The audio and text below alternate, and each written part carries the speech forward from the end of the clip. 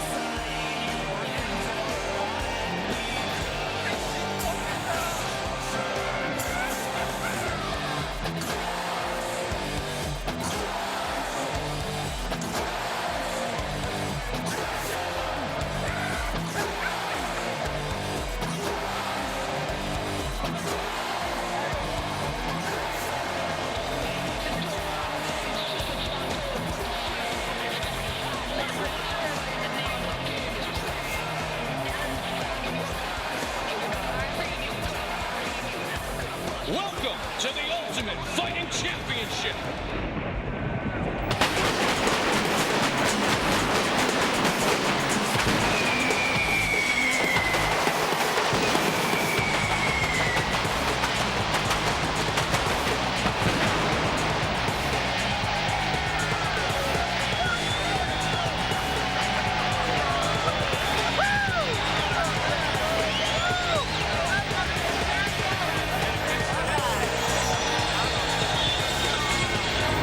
Things are energized as we are set for UFC Showdown in the Meadowlands.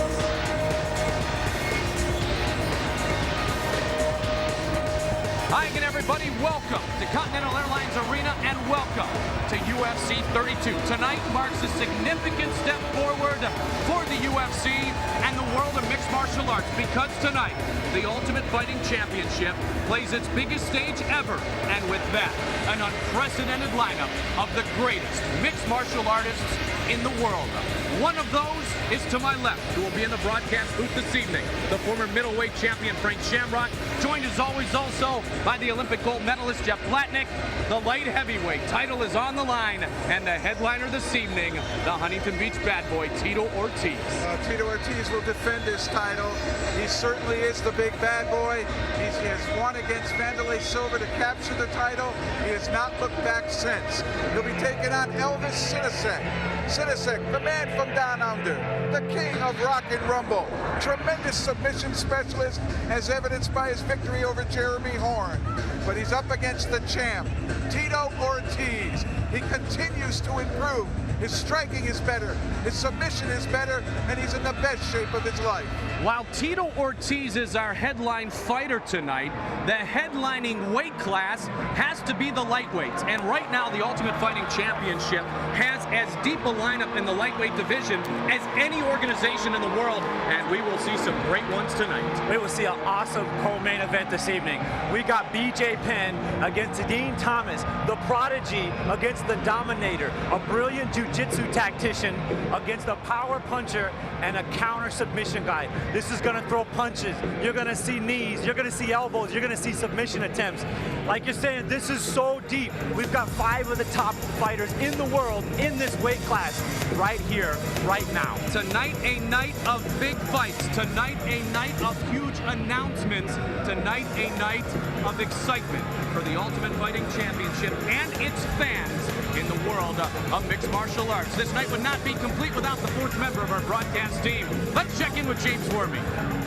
Thank you very much, Mike. Here in the Meadowlands, this place is packed. The arena is jamming, and why shouldn't they? We have got an absolutely sick card for you guys tonight. The guys mentioned the main events. How about Shoney versus Pat, the ex-champ jumping back in against Mr. International, and Semi versus Josh Barnett. Semi Schilt, he's like 7 feet tall. Also, fans, we're doing it at UFC.tv. Everyone can log on for online scoring, urging all our fans to participate in that. Also, while you're there, check out the brand new merchandise page. We've got the latest in UFC UFC home videos. In the past, you've had to wait a long time for those. That is no longer the case. Log on, stay on, and get ready for a pretty good night of fights. Mike, back to you. James, thank you very much. Electric atmosphere here at the Continental Airlines Arena, the home of the New Jersey Nets and the former Stanley Cup champion New Jersey Devils. Our rules this evening in the Ultimate Fighting Championship: 3 judges will score the bout. The bout duration will be 3 5-minute rounds for every fight tonight, except the championship fight between Tito Ortiz and Elvis Sinosic, where we have a 5-minute round system. Octagon regulations: round winner must get 10 points, a 10-point must system. The opponent gets 9 or less based on effective striking, grappling, aggressiveness, and octagon control. To set things up and help us get things started, we check in with the veteran voice of the Octagon. Here is Bruce Buffer. Ladies and gentlemen, we are live from the Continental Airlines Arena in East Rutherford, New Jersey. Tonight, Zuffa Sports Entertainment presents UFC Showdown in the Meadowlands. This event is sanctioned by the New Jersey State Athletic Control Board with Mr. Larry Hazard, Commissioner. And now, ladies and gentlemen, it's time to begin the Ultimate Fighting Championship!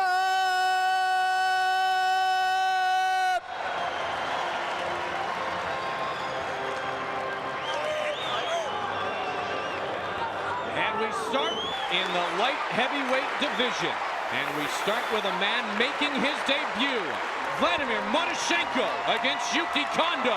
Matyushenko, a great wrestler. My name is Vladimir Matyushenko. They call me the janitor. I'm a light heavyweight. I'm 6 foot tall, 200 pounds. I'm a USSR national champion. This is my UFC debut. I know him for my wrestling ability. My goal is to fight for championship and win.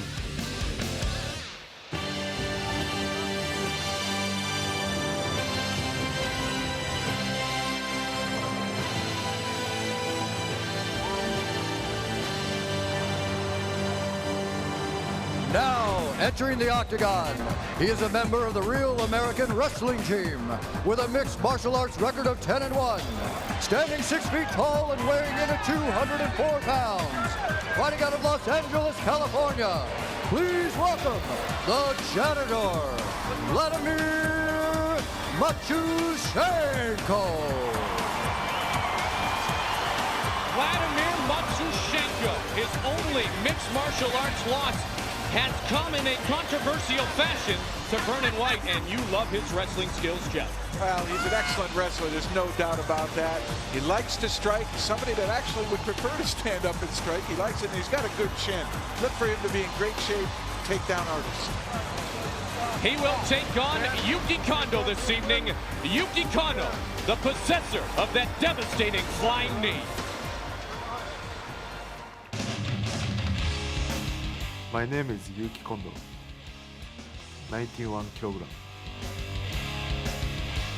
I come from Tokyo. I like to kick. I represent from Pancras. I come to win.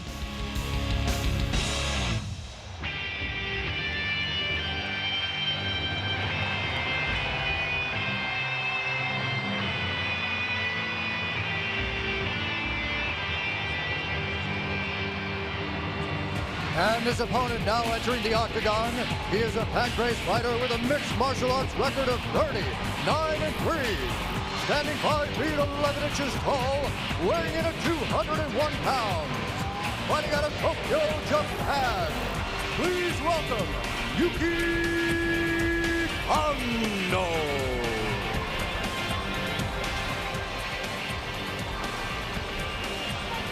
Ultra athletic fighter. not only ultra athletic, but as you mentioned, the flying, jumping knee. He is a submission specialist. He's a pancrase fighter. He's an explosive striker with pinpoint accuracy, great combinations. Yeah, he's given up some size, but he's also bulked himself up for this fight. He is looking forward to fighting again in the Ultimate Fighting Championship. So the Japanese fighter against the man originally from Belarus, our tale of the tape. The 30-year-old against the 25-year-old. And not much difference other than that. Matyushenko, a wrestler. Kondo has a strong ground game. He's excellent at submissions, but he's quick with his kicks and his punches. A jam-packed Continental Airlines arena. Our referee, Big John McCarthy. Here we go. Are you ready? Are you ready? Let's get it on! Let's start this night that we hope will bring great history. And what a way to start. Well, Vladdy had a good technique there, running out and starting the action, because if he stood back and got timing piece going, he'd be in some trouble. It's like Kondo was thinking about the knee, and Vladdy was thinking, the one way I can block his knee is with my knee. Throw your own knee. Meet fire with fire. You got that right. Kondo in the blue shorts. Matyushenko, the 30-year-old, in the black shorts. Double overhooks by Matyushenko, pretty much trapping both of Kondo's arms. Not much he can do for it except throw straight back, but that really won't accomplish anything. Does Kondo need to worry about the throw here with the two arms inside? He could. If Matyushenko steps under, catches Kondo driving into him, he can go right back into the back arch and snap him over to the side. And without a post, because both arms are trapped, Kondo would have to roll towards his back. Perhaps Matyushenko could get out and try to mount him from there, but it's a big risk. Kondo debuted in the UFC with the win over Alexander Papadontis and then lost to the light heavyweight champion Tito Ortiz, but he rocked Tito early until Tito took over and won by the neck crank. And now Matyushenko is in the closed guard of Yuki Kondo. Well, this is where Kondo knows the game. He's relaxed, he's chilling, he knows the submissions. He's just got to worry about the ground and pound. Vladdy's a big, strong guy, and he likes the punch, like you're saying. He likes the punch. You said Kondo a bit bigger for this fight, but he feels strong at this weight, Frank, and he's also fought some big guys. I mean, he's fought Schilt on 2 occasions, and we'll see the 6'10" Dutch fighter later on this evening. He beat him on points once as well. He beat him in the pancrase game. He's a tough, strong fighter. He's well-rounded. He's a well-rounded fighter. He's a well-rounded athlete.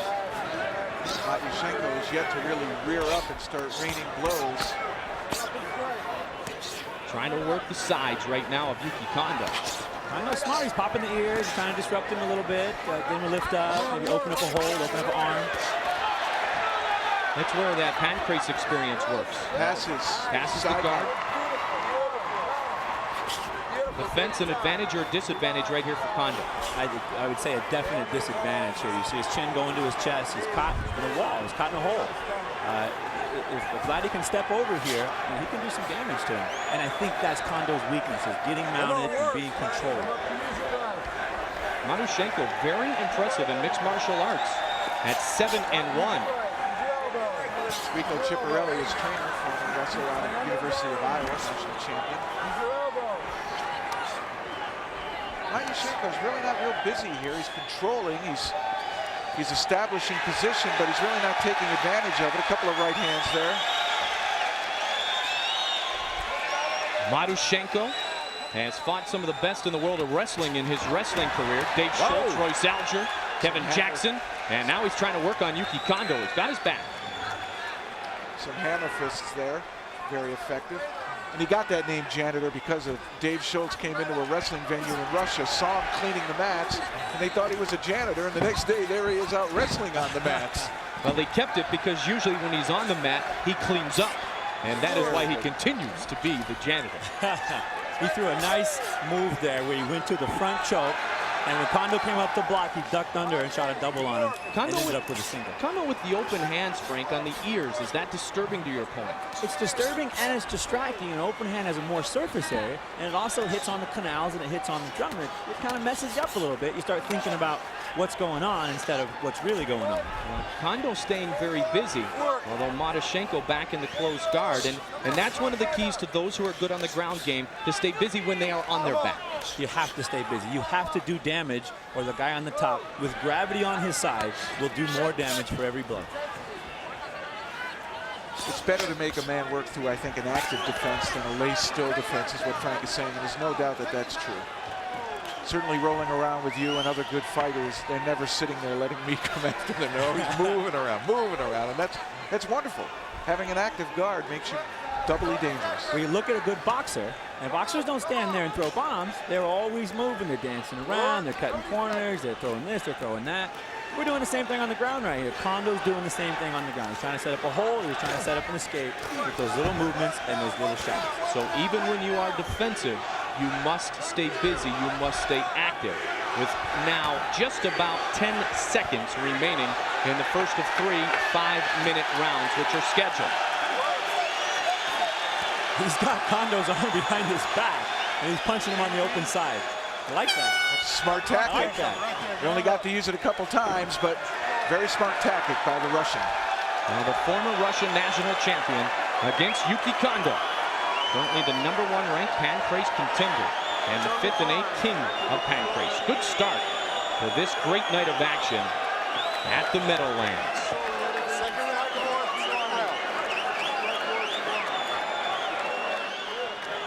Kondo looks really fresh.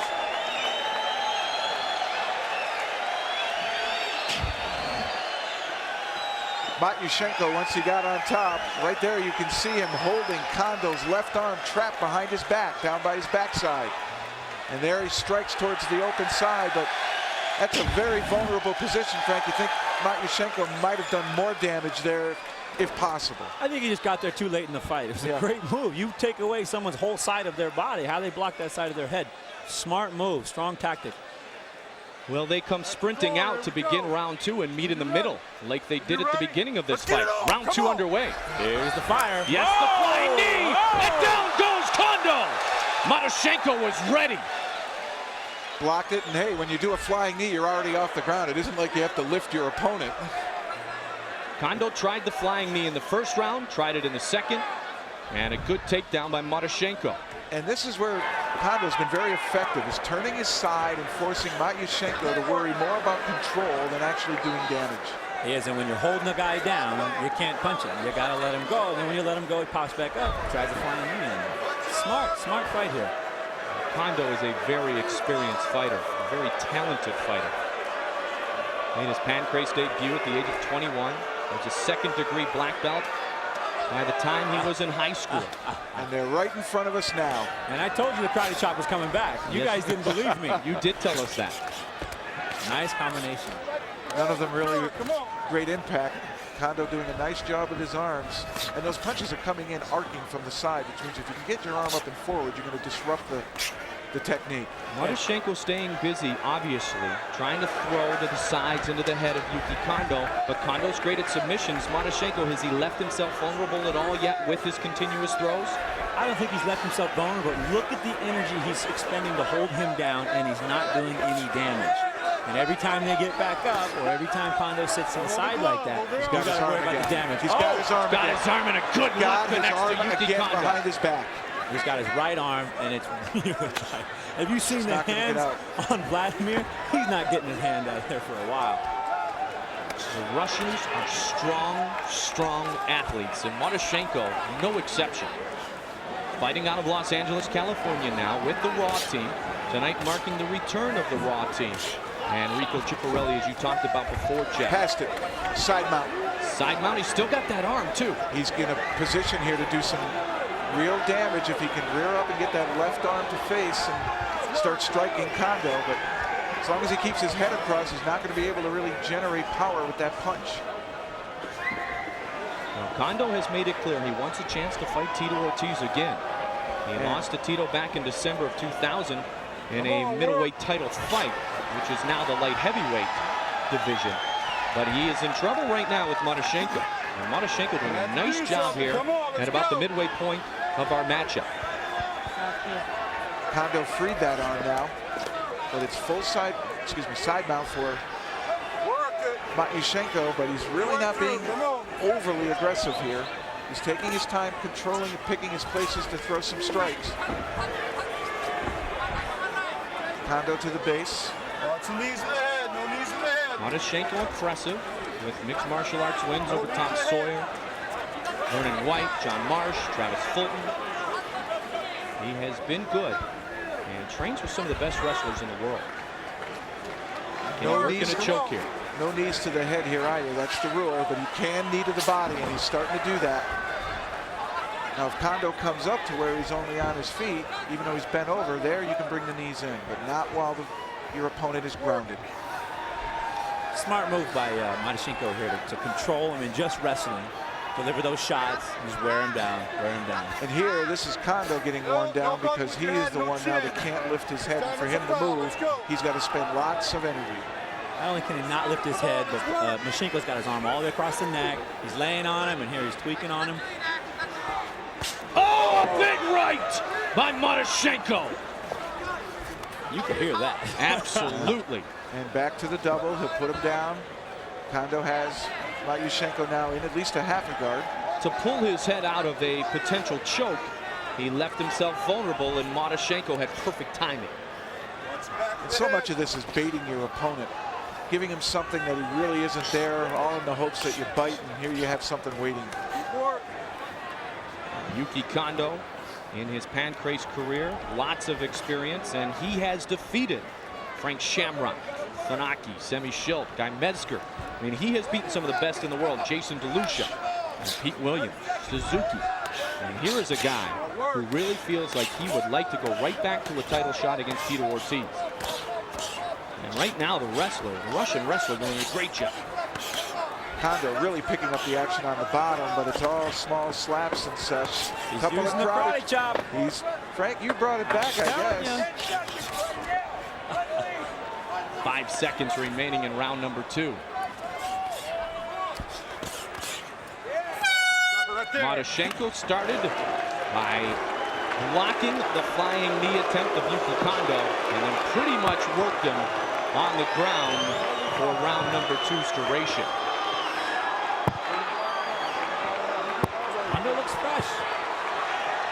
Carmen Electra, supermodel, and now member of the UFC family, in attendance here tonight. You want to end it, it don't matter. Whatever you want to do. When you get down there, you can use your elbows a little more, strike them a little more, try to pass a little more. It's clear Matyushenko is not really sophisticated with his submissions, but the stand-up game is something different. Here, the flying knee came in. It did catch a piece of Matyushenko's face, but Kondo paid a price for that. And that was a huge slam there by Matyushenko. Who's ahead right now, Frank? You ready?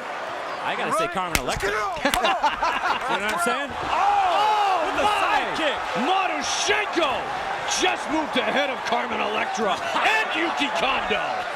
Oh my! Each round it started with a bang. That hurt. He took that full force right in the side with the heel. The side kick is coming back. The karate chop is coming back. Well, the side kick will come back if you know your opponent is coming all the way across the octagon, running at you each and every time he comes out of the corner. Are you surprised Yuki tried it a third time when it didn't work the first and second time? I am surprised, but I feel like he feels like that's his bread and butter. Right. And I know he's watched Vladimir's fights, and Vladimir always shoots the same way. And I think he was betting on that same shot. He took the long roll. At the end of that, or start of that second round, you did see in the replay, part of that flying knee did catch Vladimir, and maybe he felt that that was something that he could start to really exploit. Capitalize on it. Absolutely. Kondo's coming in with 100% power. If you can stick something out there, he's going to run right into it. Sidestep, hit. Somebody taught me that. I don't know where that info comes from. Now Matyushenko here, side mount. Let's see what he can do. If he becomes more active here, and certainly the takedowns probably have him ahead. He also landed that beautiful kick, and that might be the best strike of the fight. And after a shot like that, you take a shot like that, so much power, it drains your body. That's when Vladdy needs to step it up, and he needs to go for that finish. He needs to pull something out. Kondo has closed his guard, now he's opened it again. And he's got his legs around his opponent. He's trying to box the ears a little bit. Would Kondo be better off to close his fist? I mean, he's got so much experience in Pancrase. He's used to the open hands. I know he's been working that pretty much the whole match, Frank, but it would be better. Could it be better to close the fist there? It could not. It could be better. the real test is where he's striking. The open hand works on the ear because of the air in the middle. Right. But anything on the canal or the back of the ear or, alongside the face, got to be a face. You don't do enough damage with it. He's got the right idea. Even the karate chop is the right idea. Maybe he's not being as efficient with it as he could be. Up against the fence now, Yuki Kondo. Matyushenko. That was a nifty little thing. Start to pull, and when Yuki moves his hands down to counter that takedown, or at least getting put back down on your back, Vladimir snuck a punch in again. And the evolution of these fighters, and we talk about it every time they're able to gather for the Ultimate Fighting Championship, amazing, but they're almost 2 or 3 moves ahead of themselves when they start any type of combination in this day and age. Yeah, and you look at, it's just like boxing. These guys are throwing 3-4 punch combinations. It's just they're adding a wrestling move, a knee, or a forearm. It's the same stuff. One punch everyone sees, one move everyone sees, but it's the third one, the fourth one, the one you don't see. Looks like an armbar attempt. Yeah, it certainly does. Using the fence very nicely. Grabbing Matyushenko's legs so that he can try to become perpendicular, body to body. Head up. Look for him to take the leg up on the fence and try to get it in front of Matyushenko's face. And Matyushenko knows exactly what's going on. He knows what's going on, but Kondo's coming with the punches. He's coming with a little karate chop. He's trying that distraction. Is he going to fall for it? The one thing about a fighter who has the ability to excel with submissions is he's always in the fight. He always has a chance to win. That's the beauty of jiu-jitsu. You're never out of it as long as you survive. Kondo spins. Matyushenko trying to work the neck again. 1 minute, 13 seconds remains in the third and final round. He has his back momentarily. Kondo is a slippery athlete. I'm surprised he doesn't circle harder to the head so he can at least get off a couple shots, then go back and cover. But staying long, back behind his backside and down by his legs, it makes it almost impossible to throw a good solid punch all the way up to the head. The power, Frank, pardon me, the power of Matyushenko is evident on the ground game here. It is, and I was just going to say that. It's now turned to wrestling, and it's the better, bigger, stronger wrestler, and I think that's why he's standing back and not throwing no shot. He's out wrestling him. He should stay there, but then again, he's got to do damage. Particularly to ensure victory, because really the takedowns are the difference. A beautiful kick also added to Matyushenko, but in here he's been more conservative than he has been aggressive. Kondo can't go anywhere, and now with 15 seconds left, it looks like our first fight of the evening will go to a judge's decision. Final 5 seconds. Matyushenko and Kondo in the light heavyweight division. Close fight, but Matyushenko had those takedowns. That might be the difference. Kondo tried at the beginning of each round with the flying knee. He struck out. He tried 3 times. He was unsuccessful. He struck out, and he struck out big time. Oh, yes, he ran right into that. And here you're going to get a real good look at it as he comes out and bang, and you saw it had a major effect on Kondo. Here's the kick. Somebody else came out flying, and yeah, you can see pain written on the face of Kondo. Big score there for Matyushenko. So Matyushenko coming out at the beginning of each round and countering, if you will, Kondo's quick hit attempt, Frank. He countered it with the same thing. It was really bizarre, but he knew what was coming. It was really weird. They both knew each other's game, and they both threw it at each other. Who was busy enough to win the show? The judges rendering the first decision of the evening here in the beautiful Continental Airlines Arena in East Rutherford, New Jersey. Light heavyweight fight to start the evening. A light heavyweight title fight will end the evening with Tito Ortiz taking on Elvis Sinosic. Kondo stayed busy with the open hands, but Matyushenko had some punches in there too. He did, and when he got that arm behind his back, and you see that, right that here, left arm is stuck behind him. He just has no block for it. It just blows. He did damage there. It was a smart tactic, smart wrestling tactic.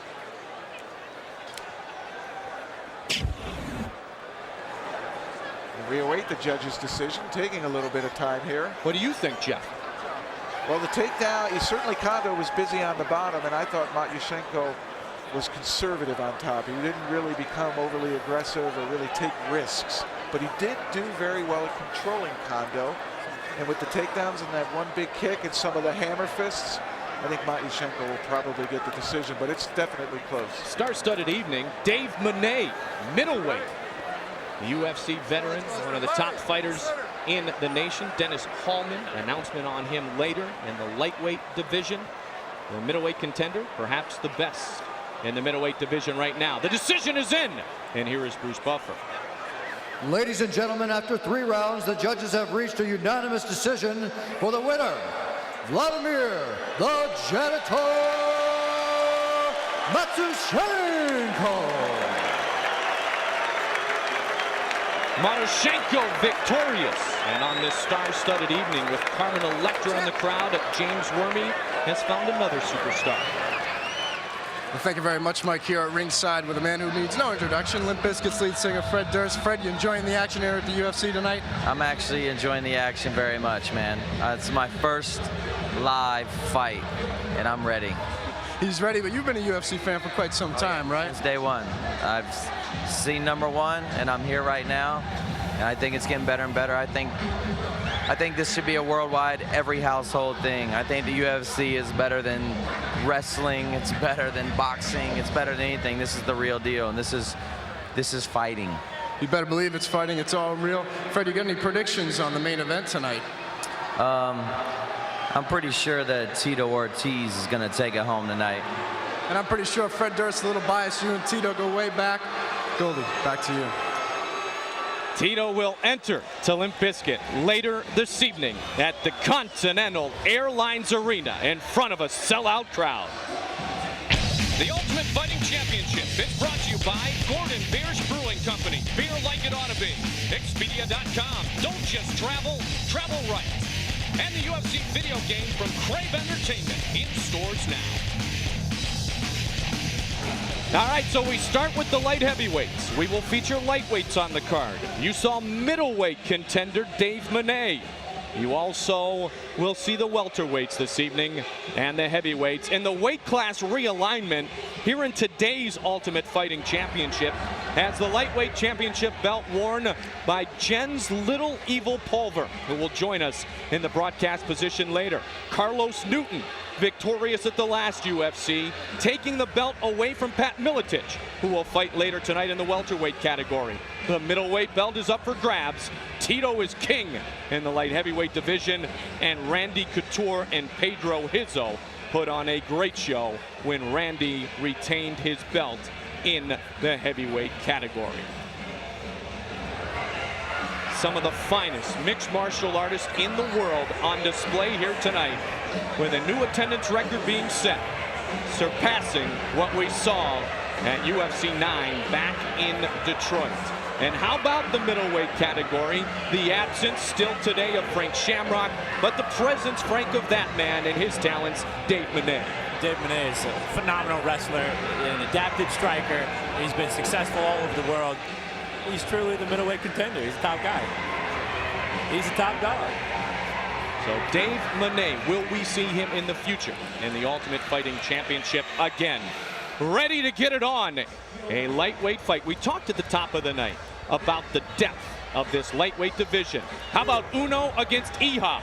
Coming up right now, Uno, the Japanese champion. My name is Kaoru Uno. I am from Yokosuka, Japan. I am a lightweight. I am a submission fighter. This is my second UFC. I do my best to win.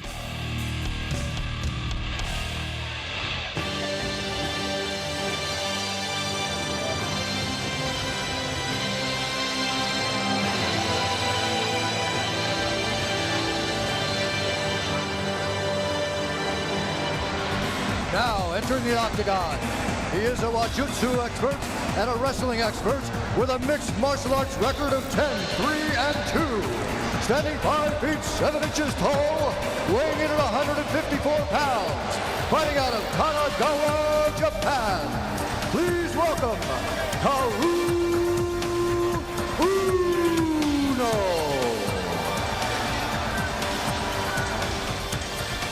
has defeated the legendary Japanese fighter Ruben Asado twice. He is called Uno.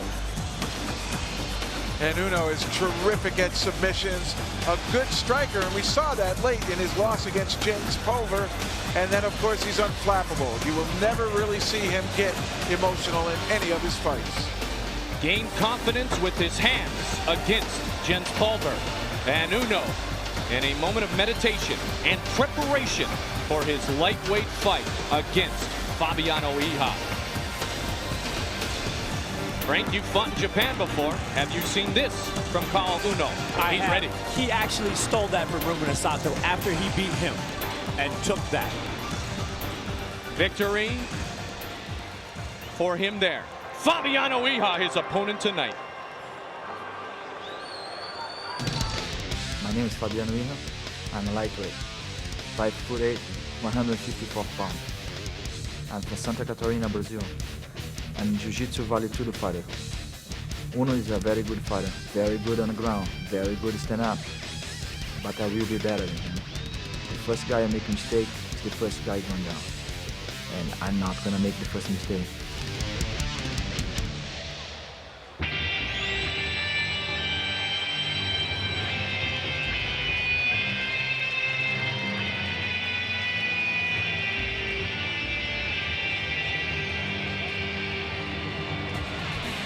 And his opponent now entering the octagon.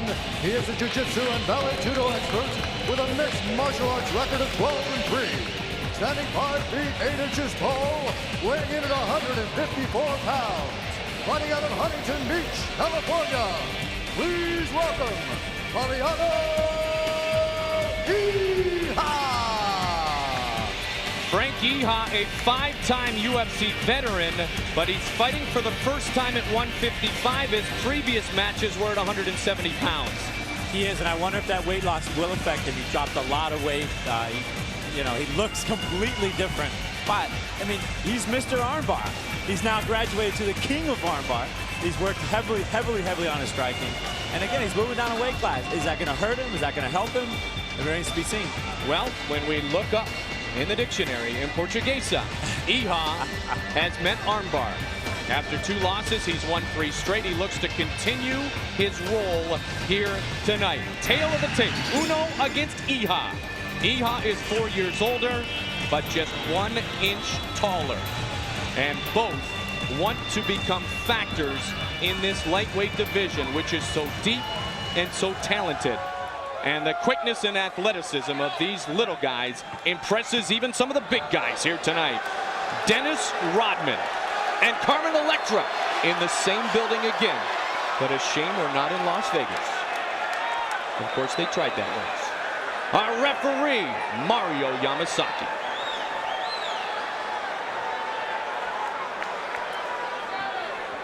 Are you ready?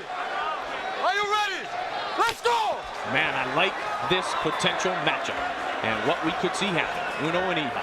Touch of gloves, good sign of respect. And Uno's loss to Jens Pulver, he said, was a learning experience. He actually apologized to Jens Pulver, saying, I didn't give you my very best. And he feels now he's in a higher class in the UFC, and that learning experience meant he had to become more well-rounded, and he's worked very hard on his stand-up. So look for that to be improved. Nice kick there, and he told me he watched the tape with Pulver. And he told me himself, he said, I didn't strike enough. Oh, Iha goes high with the kick and then a punch. And now it comes down to the mat. He's got half of his back.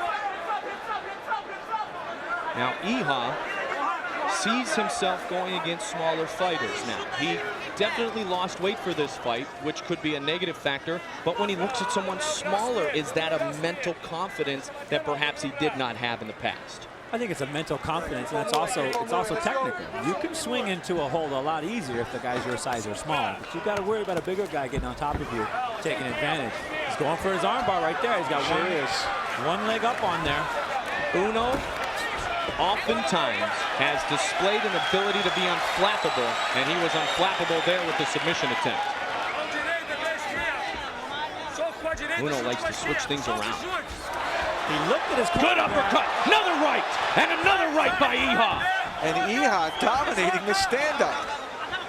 This is a surprise. Many people thought Ehud had no stand-up, and yet he's coming out throwing bombs. I believe it surprised the Uno, too. He's reacting differently. Now Uno raining lefts and right. Nice one. Straight shot. Inside guard, and it's over. It's all over. It is over. Karl Uno is victorious. The question was about striking. It was on the ground, but it was answered. Well, it was the full mount that really opened the door to rain those punches down.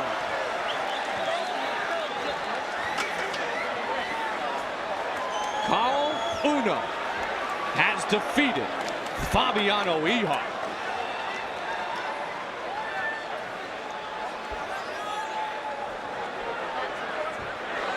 Ehud being checked out by the doctors. He looks fine. But Uno, a great display of punching power.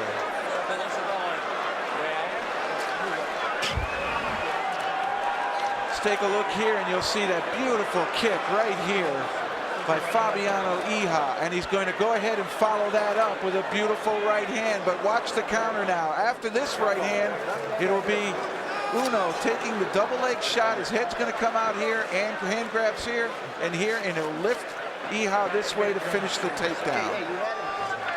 There, head on the outside, gains his ground, drove, brings him down to the mat. Frank, the amazing thing is how he was able to finish. Watch how he finishes this fight, as Ehud should have somewhat control, but he did not. He should have. He just, when he back in the guard, he kind of got soft. I mean, he had the guard closed there. He was closed up. It looked like he got soft. He kind of relaxed. You see him go for the arm attempt. He took the one shot to the neck, and it just came after that. It didn't look like he took a shot very well at all. We got him on the chin, but those little ones look like they really got him. And a very pleased and excited Karl Uno, who has evened his UFC record to 1-1. Let's get the decision from the veteran voice of the Octagon, Bruce Buffer. Ladies and gentlemen, we have a winner due to referee stoppage and a knockout at 1 minute 49 seconds of the first round. For the winner, Karl Uno.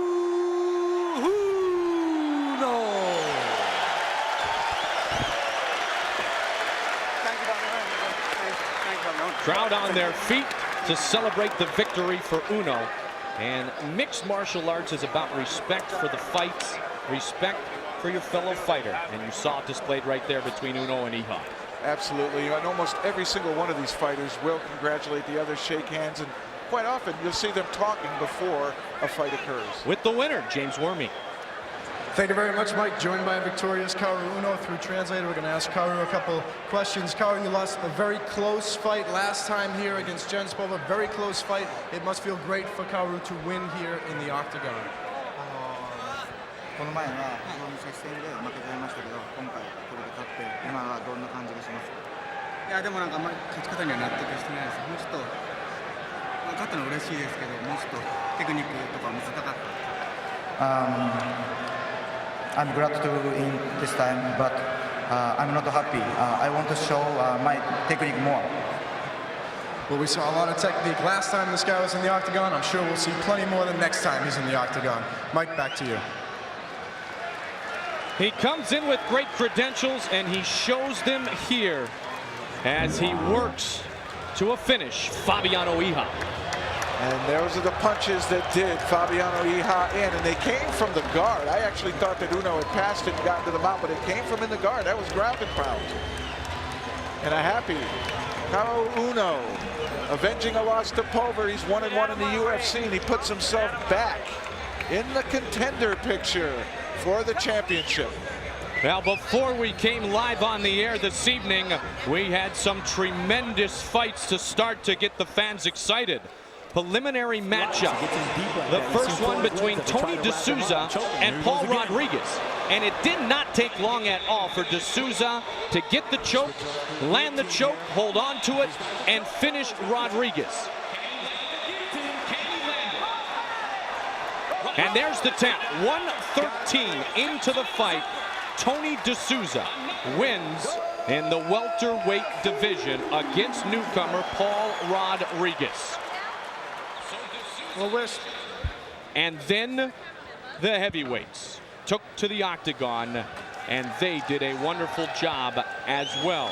But D'Souza a story with the chokeout in the welterweight division over Paul Rodriguez. And then a Rodriguez, not related, Rico, took on the big man, Andrei Arlovski. This one would go to the 3rd round.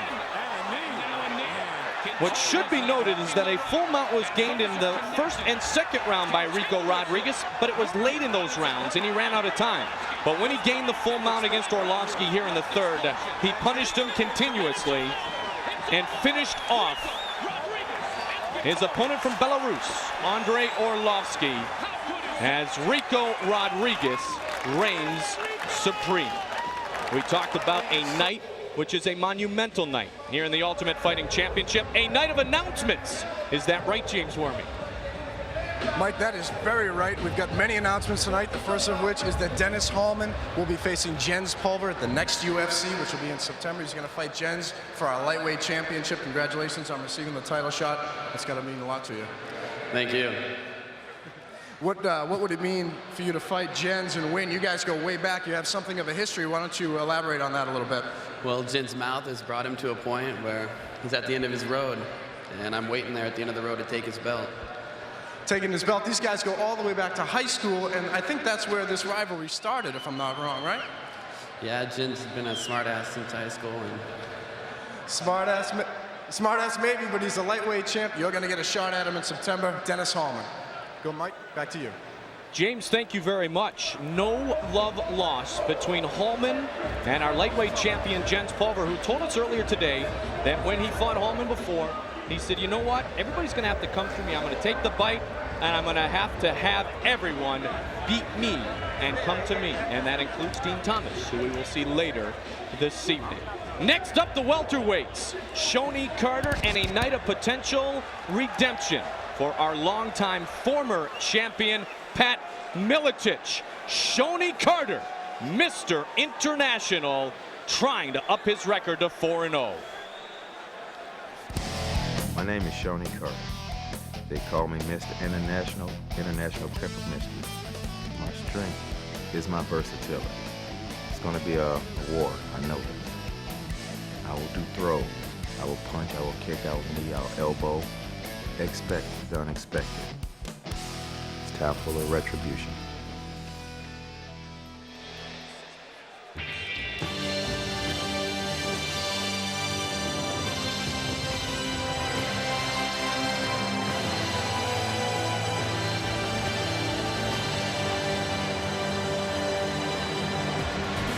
Now entering the octagon is a fighter who is a jiu-jitsu and karate expert with a UFC record of 3-0 and a mixed martial arts record of 45-5-5. Standing 5 feet 9 inches tall, weighing in at 169 pounds. Fighting out of Chicago, Illinois. Please welcome Mr. International Shoni Carter. We talked history a moment ago with Hallman and Pulver. There is history with Miletich and Carter, as this is a rematch of Extreme Challenge 27 when Shoni lost a decision to Pat Miletich. He said it was a hometown judge crowd, and he wants his revenge here tonight. Well, they've done battle before, but Shoni Carter is a very, very unorthodox striker. Many weird angles, many weird throws, and he's got great wrestling throws. And he is seriously here for revenge. This is his time. This is his night. The big city boy about to take on the man who says he'd rather wear a pair of overalls than an outfit like Shoni does, our former champion, Pat Miletich. My name is Pat Miletich. They call me the Croatian sensation. I'm from Bettendorf, Iowa. I'm the former UFC welterweight champion, and I'm not quitting until I get the belt back. I held the belt for 3.5 years, and I'm definitely getting it back. Shoni's an awkward fighter. If I land the right hand on his chin, it'll be a short night. I'm on a mission.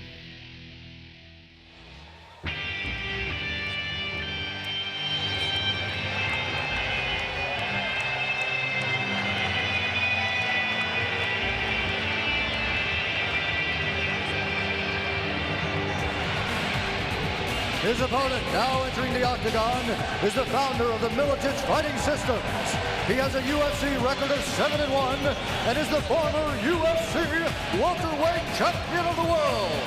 Standing 5 feet 10 inches tall, weighing in at 169 pounds. Fighting out of Bettendorf, Iowa. Please welcome the Croatian sensation, Pat Miletich. It has been 4 years since he will step into the octagon without a belt. Winner of 7 straight UFC matches before being defeated by Carlos Newton. He's right back at it, and he is angry. He certainly has shown everyone he's Mr. Consistent. He's a very good striker and continues to improve there. Very well-rounded, he's got good guard, and he is now on a mission. He's no longer a champion defending a title. He is a fighter, hungry and very motivated to become a champion again. Away from it all, they are very, very different men. On the tail of the tape, they are very similar. Although Miletich is a bit older than the veteran Shoney Carter. Both come in making weight in the welterweight division, where our present champion is Carlos Newton. So Shoney Carter, Mr. International in the white trunks. And in the red and black trunks, Pat Miletich, our referee Mario Yamasaki, set to get us going. Are you ready? Are you ready? Let's go! Pat felt very good in the last fight against Carlos Newton until a mistake he said was made by himself. As Newton has a variety of strikes, and we will see. Miletich was doing a nice job with his strikes. One guy who throws it like a boxer and another guy who can throw it any way he seems he wants to, Shoney Carter. Carter with a southpaw. Oh, big kick. Blocked by Miletich. Miletich fighting right-handed. There's a knee that connects with Shoney Carter. He took some of that. Carter shook it off like he was angry and wants to come back to him. We may go toe-to-toe a little while here, boys. I think this might be a stand-up fight. It seems like they're both settling into it. I thought Carter might try to move inside and use some of those tremendous throws that he has. We want to talk about 2 experienced fighters. Carter 45, 5-5 in mixed martial arts. He is a worker. He fights everywhere. Yeah. He told me he's excited to get this one done, so he'd go do Shidokan karate and fight bare knuckle karate, punch each other in the chest. This man is a martial artist of all trades. Well, the karate chop is back. He not only wants to be an MMA champion, which is the best of all worlds, but even in singular disciplines, he wants to be the very best in those and enters all kinds of competitions across the spectrum of martial arts. And he is truly an introspective and interesting character. From the same high school outside of Chicago as Doc Rivers and Ray Nitschke. Spent a couple of years in the Marines. I mean, here is a man who is truly Mr. International against a man who is by far our most decorated champion with those 7 UFC wins and just 1 defeat. Miletich, a man on a mission, and he wants that mission to go right back towards Carlos Newton. He's on a mission to get the side mount right here. He's on a mission to He might even look at full mount. He's trying to get that knee free, and if he pops it out, he could bring it across. It's coming. It's coming. And it's a game of inches. That's jiu-jitsu. Slow, sure, steady progress, and he gets it. So a full mount. Early part of this fight, scheduled for 3 5-minute rounds. Well, this is definitely what Shoney does not want to do. He doesn't want to be flat on his back and have a guy with the balance, weight, and control of Miletich on top of him. Miletich's striking has gotten so much better over the past few appearances in the UFC. We forget that he's so well-rounded with his jiu-jitsu background, his submissions, and his wrestling takedowns. He has all that. And what Pat said to me was he felt that Carter throws great strikes, but they're arcing and they're outside. And what he does is straight line punching, which means he said to me, in theory, I'll get there first. My strike will land there first. Now, Pat did say he respects his striking ability. He doesn't really respect his power. He doesn't think he has enough power. He just does his angles, he's tapping, he's doing this, but he's not throwing the big ones down the pipe. He's not throwing power. Well, Carter, throughout his fighting career, oftentimes in a non-mixed martial arts spectrum, has gotten those kicks and those punches in on a point system, just gaining himself points, Frank. So the power was not something that Shoney Carter truly felt was a negative in his arsenal. In this stage, it may be ultimately. It may be at this point with the times we have. It's, it's a time limit. Right. It's a time game. It's a numbers game. It's a point game. Is he going to get enough points? Is he going to do enough damage? There you go. He's hitting on the ribs there. We can hear those shots from where we sit. And you see Shoney catching that right leg of Pat Miletich. So he's getting himself ready to bridge. That's one thing we didn't see earlier from Markslavsky when he didn't prepare himself to bridge. Yeah, he didn't bring the heels to his backside, so he's locked and loaded to go ahead and arch the hips upward and try to throw the opponent off. So if the punches come, he wasn't ready. It looks like Shoney is setting himself up to be ready. Yeah, each time that Pat throws a punch, he starts to bring the heels up and starts the arching. And there's a saying, when you bridge, you got to have both sides. You got to have a leg and an arm, or you're not really going anywhere. And you'll see it every time he wants to get out. He'll grab the leg with his leg, and he'll grab an arm and hook it. Miletich basing out, staying very controlled on top of Carter, and here flattening the chest, trying to get Carter to break his lock, but didn't work. We talked about the punching power of Miletich. He spars with the pros. Yeah. He's got 3 pros down there, and they box all day long, and he really likes the boxing. He told me he was interested in turning pro boxing at one point, and I think he may even done a match.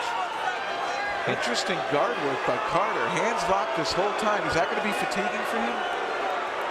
I think the grip he's holding would be fatiguing. And the way he's holding is he's holding on with his muscles.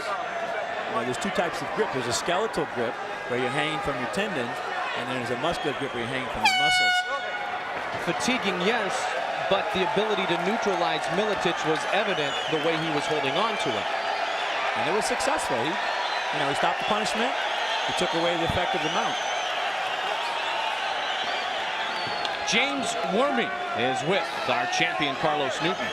That's right, Mike, here with Carlos Newton, our welterweight champion, taking very special interest in this fight. Pat, Shoney, you beat Pat at the last show. Either of these guys could contend with you for this title. Yeah, we're definitely on a collision course right now, I think everyone knows that, but I'm ready for Pat, I'm ready for Shoney. They're showing their stuff, but I definitely got more than that, plenty. I got pure adrenaline. I give the fans what they want, a lot of action. I don't expect anyone to be booing me because, I'll slit my throat in the ring if anyone does. So. Anybody that knows Carlos Newton knows he's ready for anyone. How has your life changed since you become UFC champ? A lot of notoriety, got a lot of credit. Canadians are on the map now forever. I made history, so yeah, I'm gonna keep up the good work and keep to impress everyone. This is a glorious event. They have the greatest fighters in the world, so it has definitely changed my life, tremendously, and it'll continue to. And we're happy to have him with us ringside. Mike, back to you. High kick to start the second round by Shoney Carter. And Carlos Newton, a truly confident young man. Sakurai also potentially down the road a candidate for a shot here in the welterweight division. Miletich handling the high kicks very nicely. Yeah, had those hands up there, actually smiling when the kick came up. Shoney with a knee. Shoney is so versatile. Yeah. It changes from style to style, and then it strikes in between them. Unorthodox in the same fashion as Carlos Newton, and that is the one thing, if there was one thing that concerned Pat Miletich most, it's how unorthodox Shoney Carter is. Because there's no rules. You don't know what's going to happen. There's no guidelines. Oh, he got that knee up. And nice now some right elbows. hand. Good combination by Miletich. Grabbed the hand of Shoney Carter, pulled him down, met the head with a knee. And then Shoney just worked him up his top. stance. Yeah. Yep. And another combination as both come in. This is how round 1 started. Yep, Carter's giving Miletich a different look here in the second round. Now he's gone back to southpaw, switched again to right hand. He keeps moving. There's a kick that got right into the solar plex area. There's a kick, and Jens Polva told us that kicking is the key to Miletich winning this fight. Is to punch, kick, and do the damage with the kick. Get him to forget about the hands, but they're catching with the hands. Well, that's the one thing that Jens told us this afternoon. As good as Pat's hands have become, he oftentimes has forgot about how dominating his legs can be. He's got good kicks, and he's got power. And it goes a long way and does a lot of damage. Well, he is trained in Muay Thai, and so that involves lots of kicking. 2 guys who are as experienced as any fighters that we will see in today's Ultimate Fighting Championship going at it. Miletich again connects. over the top with that right hook again. Coming with the arm. Consistently. Yeah, and in the close quarters, Jeff, use that forearm, that elbow combination. You can arc it in. You can't use the elbow point, but you can arc it in, and he's used it effectively a couple times. Seems like Miletich is starting to find the range. He's starting to find it. Carter still has not been able to find a consistent offense on his feet. And a consistent one that does anything. I'm gonna warn you one more time on the short pass. Something to make Pat make a change. The first time Shoney Carter lost in his career, way long ago against Laverne. He took up boxing and joined the U.S. Boxing Association the next day to learn how to strike. Oh my goodness! Oh my! It is over! A high kick by Miletich ends the night for Shoney Carter. They were talking about those kicks. It caught him, it finished him, and this one is over. Wow! How good is that? They didn't touch gloves at the beginning of the fight, but there's that sportsmanship you talk of. And how about Pat Miletich and some flair in that fighting? Pat Miletich was on a mission. That mission was fueled by anger. Everyone said that he was a dangerous person to be fighting at this UFC after that loss. And Miletich came out and showed everyone the kind of talent he has, and certainly he is looking for that championship opportunity again. That is as good a kick as we have seen in the UFC since Petey Williams, Mark Coleman. That is outstanding. Miletich used the feet, he used the legs, he gets the win, which becomes official with the voice of Bruce Buffer. Ladies and gentlemen, we have a winner at 2 minutes and 42 seconds of the second round due to a referee stoppage. For the winner, the Croatian sensation,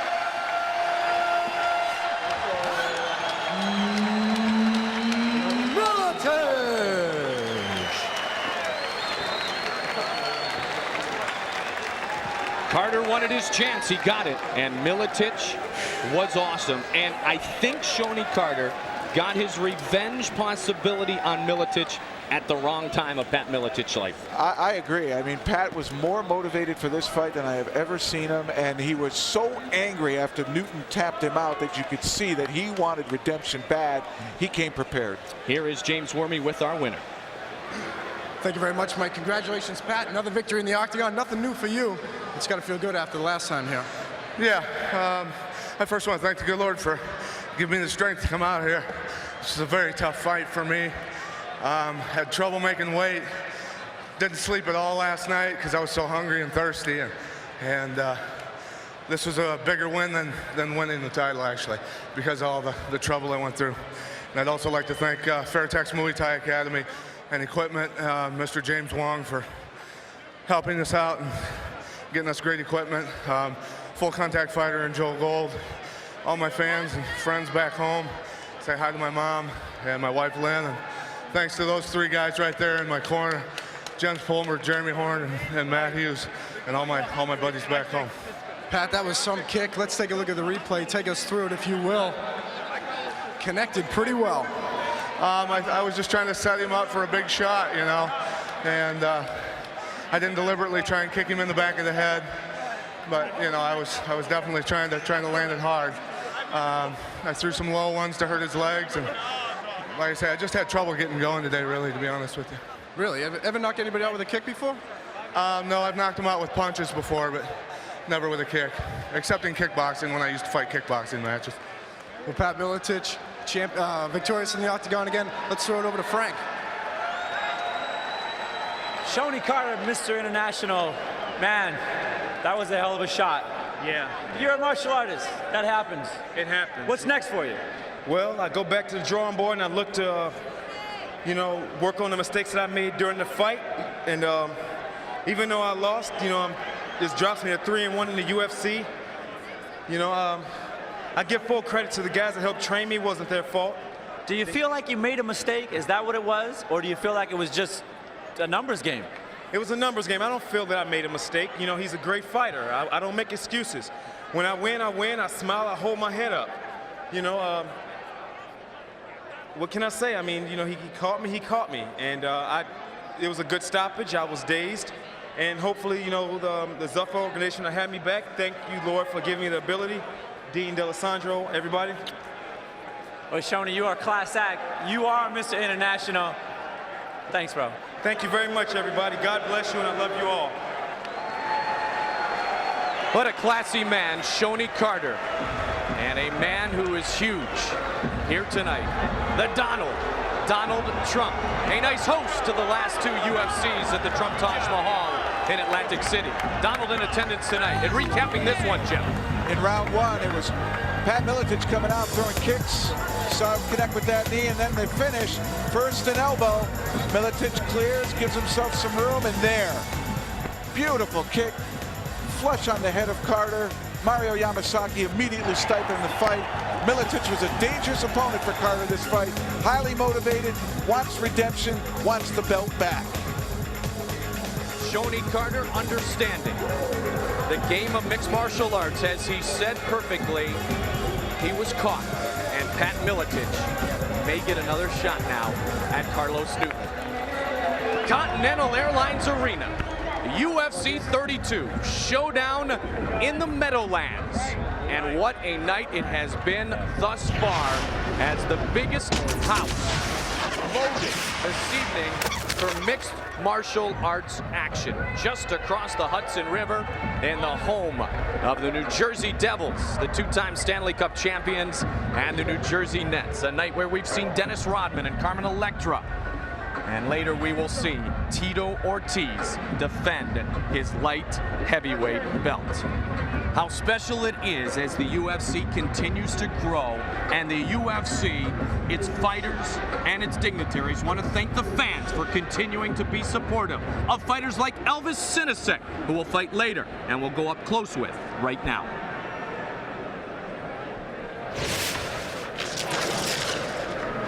Hey, this is Elvis Sinosic, the King of Rock and Rumble, coming to you from down under in Sydney, Australia, on the beautiful foreshores of the Sydney Harbour.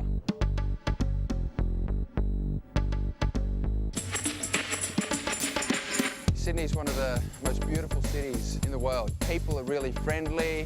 The beaches are absolutely fantastic. I love the beaches here in Sydney. You know, we've got the Aussie rules football, we've got the rugby league, we've got the beach volleyball. I mean, Australia's a sporting nation, and we're full of sports here. And Sydney's, you know, it's one of the meccas there. You know, all the sport comes here, so it's another great opportunity to get out there when I'm not being involved myself, just to be a spectator. Because, you know, a big part of me is being a fan of the sports as well as a fan of fighting. Here we are in picturesque Manly Beach on the north shore of Sydney in Australia.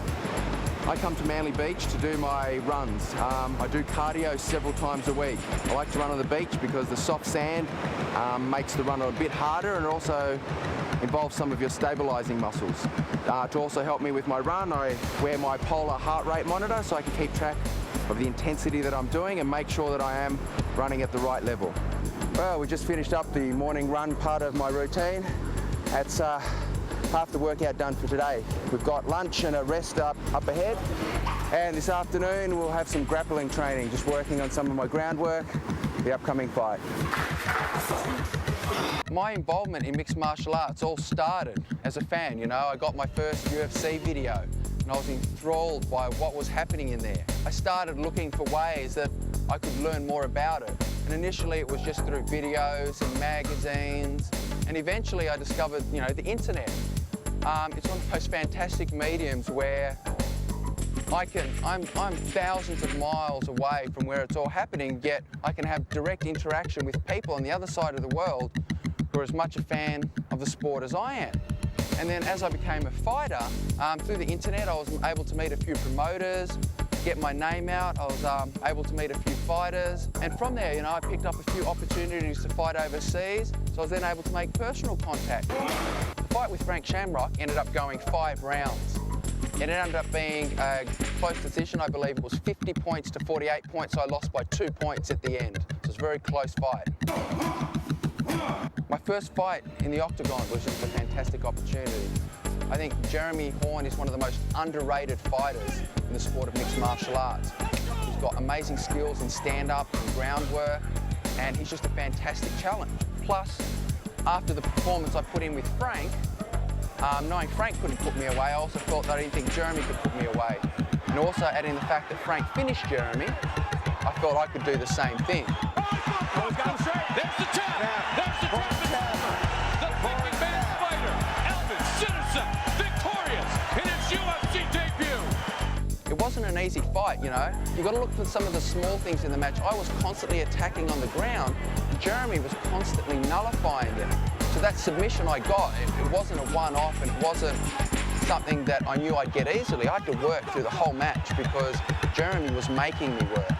So when I did get it, it was fantastic. Getting the title shot is just a fantastic opportunity. I mean, right now, Tito's the man. Across all organisations, he's a #1 fighter. I mean, I've always wanted to fight in the UFC. I mean, who doesn't? You know, it's the premier mixed martial arts organisation out there. But the thing is, why do you fight? Because you want to be the champ, you know, because you want a shot at the champ. And this is the shot I've got. So all I want to do is exactly what I did before. I want to come in there and prove that I deserve this shot. A very well-spoken, a very intelligent Elvis Sinosic. Frank Shamrock, Jeff Blatnick. When you look at the tools that Sinosic has, it may not be his hands, it may not be his feet, it may not be his submissions, it may be the 6 inches between his ears, which makes him dangerous tonight. Well, he certainly is an intelligent fighter. He's very, very long, and he knows how to apply leverage. He's a master submission man. He's got great length, in particular in his legs, and that helps set everything up. But the biggest change for Elvis, he's training full time. And this is the first time he's ever been able to do it. I think he's going to be ready. Light heavyweight belt on the line tonight, and since winning the middleweight belt, which is now turned into the light heavyweight belt, Frank Shamrock, Tito Ortiz has run through everybody. Many believe he'll run right over Elvis Sinosic tonight, but you know firsthand that Elvis has not been run over very often. Elvis has not only not been run over, but he's also always the underdog. And he never has enough time trained. And he's never been fully prepared. And now he is fully prepared. And I saw Tito come out in 2 different people's corners. How come he's not back in the dressing room, relaxing, focusing? Because that's where Elvis is. Elvis is the king. And I'm really interested to see this fight tonight. You couldn't finish Elvis. Why? I couldn't finish him. I could not put him away. And I have finished everyone. I finished Tito, and I'm not to brag. I finish everyone always. That's my job. That's my game. I couldn't finish Elvis. Intriguing matchup, perhaps more intriguing than many have been giving credit to this fight on paper. Let's hear from Elvis Sinosic, who's backstage with James Wormy. Thank you very much, Mike. Joined here by Elvis Sinosic. First of all, Elvis, thanks for joining us. My I know pleasure. we're just a few hours from fight time. A couple of years ago, you just started with mixed martial arts. Now you're about to fight for the biggest title in the sport. Has that hit you yet? Yeah, kind of, you know, the nerves, the fans, seeing everyone here. It's a fantastic experience, and yeah, I can really feel it, and it's really pumping me up. We're about an hour, maybe an hour and a half from fight time. Take us through what you're going to do to prepare to fight Tito Ortiz between now and then. Well, at the moment, I'm just getting taped up. I've got my hands and feet, which I'll need to get taped in preparation for the bout.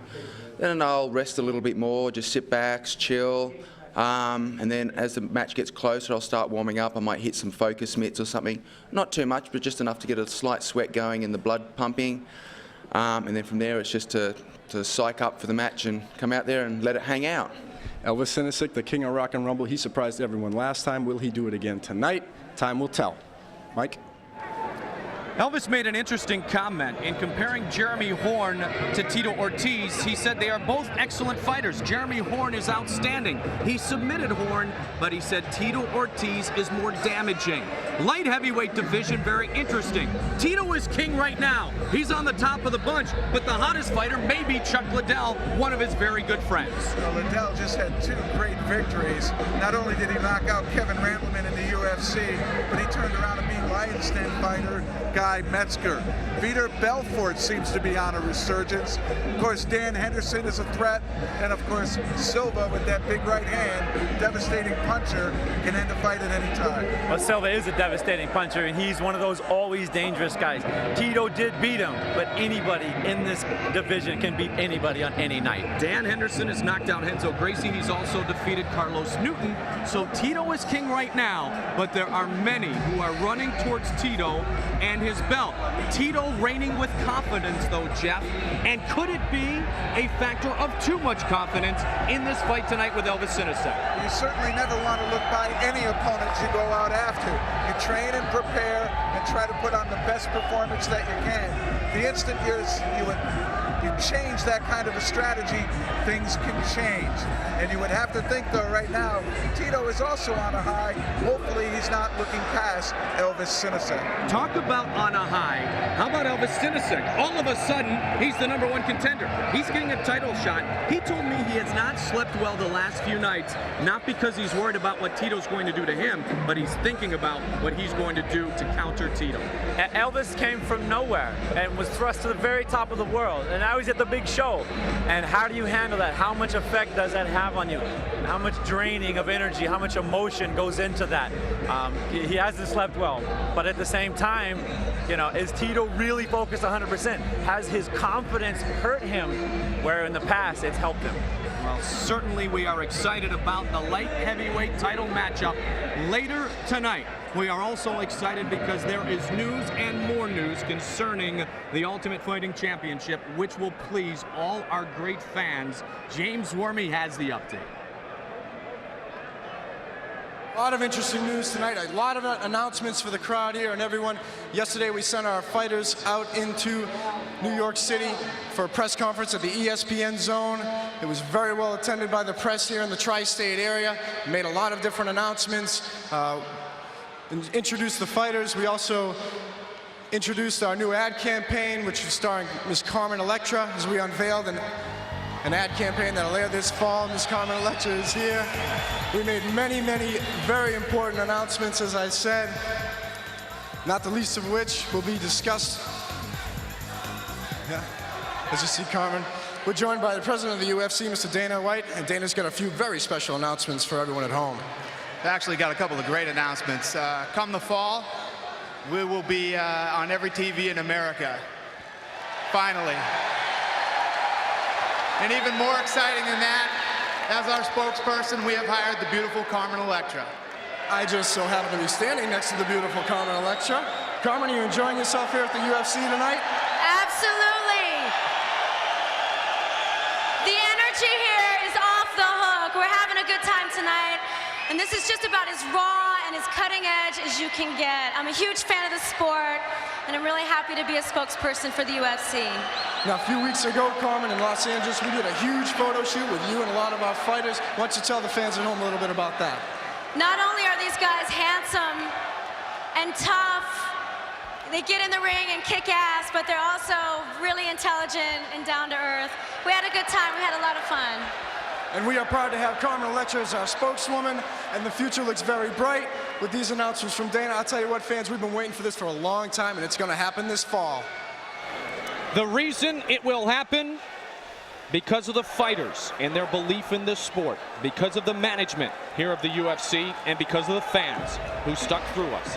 On pay-per-view, cable pay-per-view, in demand once again, because there is so much demand. Everyone gets a chance to dial it up Friday, September 28th. And this is something that the fighters and the fans have fought and waited for a long time. Every fan out there has been dying for this. Every fan out there has been supporting and finding the knowledge and researching the fighters and working to make this happen. And it's finally happened. It's time. It's now time. And as everyone said, the fighters really is what kept this sport alive. Them going out, putting on the kind of performance they have, perhaps a little bit less of the compensation because cable was off the air, and yet they stuck with it, and there's better days ahead. Those that have planted the seeds will reap the harvest. And the fans stayed with the UFC. It was never gone, but it will be back in full force coming up in September. And thank you to our friends at In Demand for believing in guys like Schilt and Josh Barnett, who are ready to go toe-to-toe in the heavyweight category right now. My name is Josh Barnett. They call me the babyface assassin. I'm 23 years old. I'm 6'3", 255 pounds.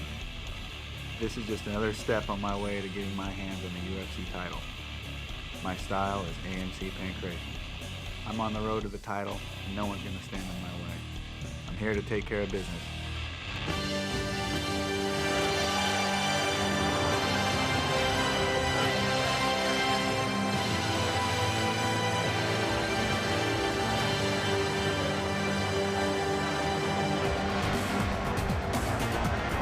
The fighter now entering the octagon is an AMC Pancration fighter with a mixed martial arts record of 24-1.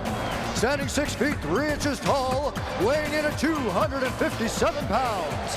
Fighting out of Seattle, Washington. Please welcome the babyface assassin, Josh Barnett.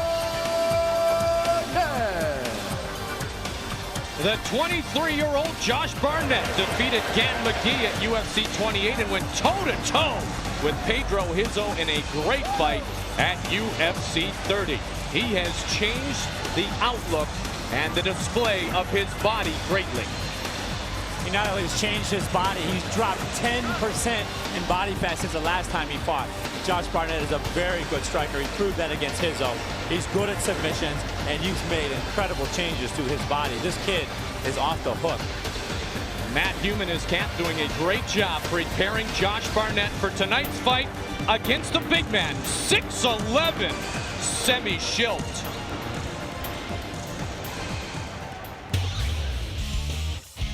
My name is Schilt. I'm 6'11" and 256 pounds. I was born in Rotterdam and now I live in South Laren. I'm a Pancrase-style fighter. I'm very dangerous standing up fighting. This is my second UFC. I don't have any goals, I just want to fight. The best of me is still to come.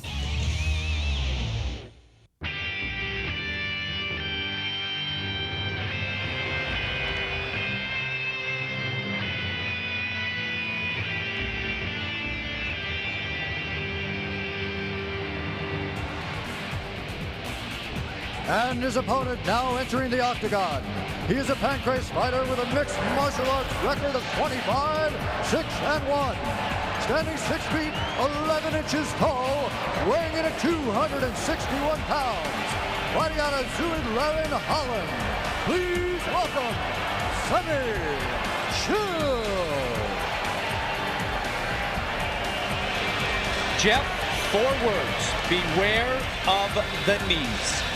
Without a doubt, I watched him against Pete Williams, and I'll tell you what, those knees come up. And looking at some of his other fights on tape, he uses knees like jabs. He doesn't even grab your head to pull it down. He just flicks it up if you're shooting or flicks it up if you're dodging his hands.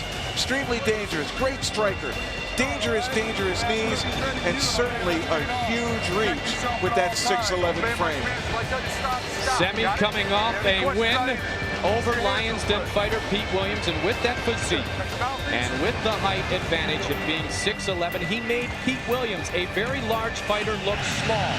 Now he gets set to take on a bit sizier fighter in Josh Barnett. Weight won't be a factor, but height certainly is every time Schilt steps inside the octagon. Our referee, Big John McCarthy. Yo, here we go. Are you ready? Are you ready? Let's get on! Come on! The new Josh Barnett and the knees of Schilt. Wow, look at the height difference. I noticed in all the fights that when people go to dodge his hands, they drop their head and they try to move side to side, not to be a stationary target, and it sets up the knees. But Barnett, with his wrestling background, goes right in on Semi and takes him down. He had the right idea. He got the timing, he got the piece, he got there long before the knee ever got up. He's also, I think he's in a side mount. Can't tell if that right leg is out of there yet, but I think it is. So long. It could be. He is inside mount. Well, I remember Pete Williams took Schilt down a couple of times, but he was ineffective even when he passed his guard to a full mount, because Semi just got those long arms out and locked the wrists of Petey Williams. And Williams told me when he stretched his body out, it just felt like he was pulling his arms off. He couldn't move his arms. He was so long and so strong. And Barnett is having his way here with the grappling. Oh, nice little drop, elbow against the chin. Well, Barnett gonna do it again. He's just being overlooked. It's just the story of his life from wrestling to football, and maybe this night tonight and this fight opportunity will help to have the fans of mixed martial arts acknowledge his skills. I think he turned a few heads against Pedro Hizzo, but he did it on his feet. Now he's trying to work the ground game, and he's got the wrestling background to do so. Let's go. He said against Hizzo, he clinched with him and felt he did not have the speed or the power to really take the good takedown shot. But here against Schilt, he has him down. And I thought he was going to be trying to get to full mount there. It looked like he was thinking about it, but settles into the side mount. Let's see what Josh Barnett is going to do to cause some damage. I think that Josh in the mount will be less effective because of the bridging power and the height of Semi. If he bridges up with Josh on top, he's going to fall out. But from the side, he can do a lot of damage and work submissions. Here comes some strikes, knee in the stomach. Good control position. That right knee is where he had the control, isn't it? Yeah, the knee on the stomach, and here comes, ooh, that was a good, solid armbar. He looked like he was going to go for it. And Josh told me he'll go for a hold. Right here, he still might. He still got that arm. That is a dangerous position. Trying to load in, and there's the long arms of Schilt. That one just misses the right, and he missed again. Schilt avoiding a couple potential bombs. Watch those knees coming up towards Josh's head, too. If he strikes them, their bodies get out of position. That knee could find him. Full mount now. Pete Williams couldn't do anything in this position because of Schilt's long frame. Can Josh Barnett? Midway point of round number 1. He's finding 3 rounds scheduled at 5 minutes apiece. Range, and he's got, look how high his knees are. His knees are all the way up in his armpits. Totally overpowering the top of Semi's body. Here comes that arch that you were talking about. Nearly got it. And Frank, if he mounts higher up in those armpits, he shortens the body of Schilt, makes him more normal size, doesn't he? He's not only shortened it, but he's sitting on his chest. And you control a guy when you sit on his chest, and you can rain down on him and/or set up hold. And I believe that because Josh is setting up. He's using his strikes to get Semi to strike back. He's going to go for that arm. Josh is got a good game plan, and that's not a surprise with Matt Human. Semi's got the big handhold on him. Josh is caught. He did take a hit. Looks in the eye. Is Semi trying to work with his opponent on a full mount? Barnett is bleeding from his eye area, and now Schilt is too. And he's punching at that working on that punch. He's on that cut. Oh, elbow by Josh Barnett. Barnett loves to mix it up. So does Schilt. Dangerous position Semi's in. He's got now he's looking for a submission. Leg choke armbar. There's trying to finish it. And Schilt gets away. Now this could be dangerous. Schilt with that long reach. There's another armbar attempt. He's got it around. He's got 2 on 1. Needs to extend. He's just got to straighten it out. And a lot of blood coming out of Semi now. There it is. Can he finish the arm? The left arm. It's so long. He's got full position. There, now he's got better leverage. Can he lock it in? Can he lock it in? Got his weight on the back of it. Schilt turns him over again. He doesn't have his elbow. It's over. It's over. Hung in there nice. Josh Barnett victorious with submission over Schilt. He held it and finished the fight. With every piece of energy that he had. It was workmanship. He just took it step at a time and kept improving, got to full mount, was finally able to go for some damage, and when Semi put those hands up to stop the punching, he finally went to that combination choke armbar and got the armbar.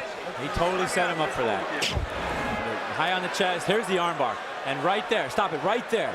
You can see all the weight is on the back of his arm, everything. It's just putting it back, and I think he just wore him out through attrition. I think he had all the weight on it, he kept working on it, His elbow point's not down when he goes over, but his arm was too tired. He was done. All right, baby. Stay right there. Josh Barnett, who went toe-to-toe with Pedro Hizzo, has upped his record in the UFC to 2-1. Man, he had that limb and look he at the point worked of his it. elbow. The elbow point's not down, but I think he just wore his arm out tweaking on it, and he knew that he couldn't keep blocking it. Barnett, victorious. He thinks he is a rising star, and so do many others. He's here 23 years old. Ultimate Fighting Champion. And he's getting better. A powerful, powerful young man. Check in with Bruce Buffer. Ladies and gentlemen, we have a winner at 4 minutes and 21 seconds of the very first round due to a tap out from an armbar. The winner is the baby-faced assassin, Josh Barnett.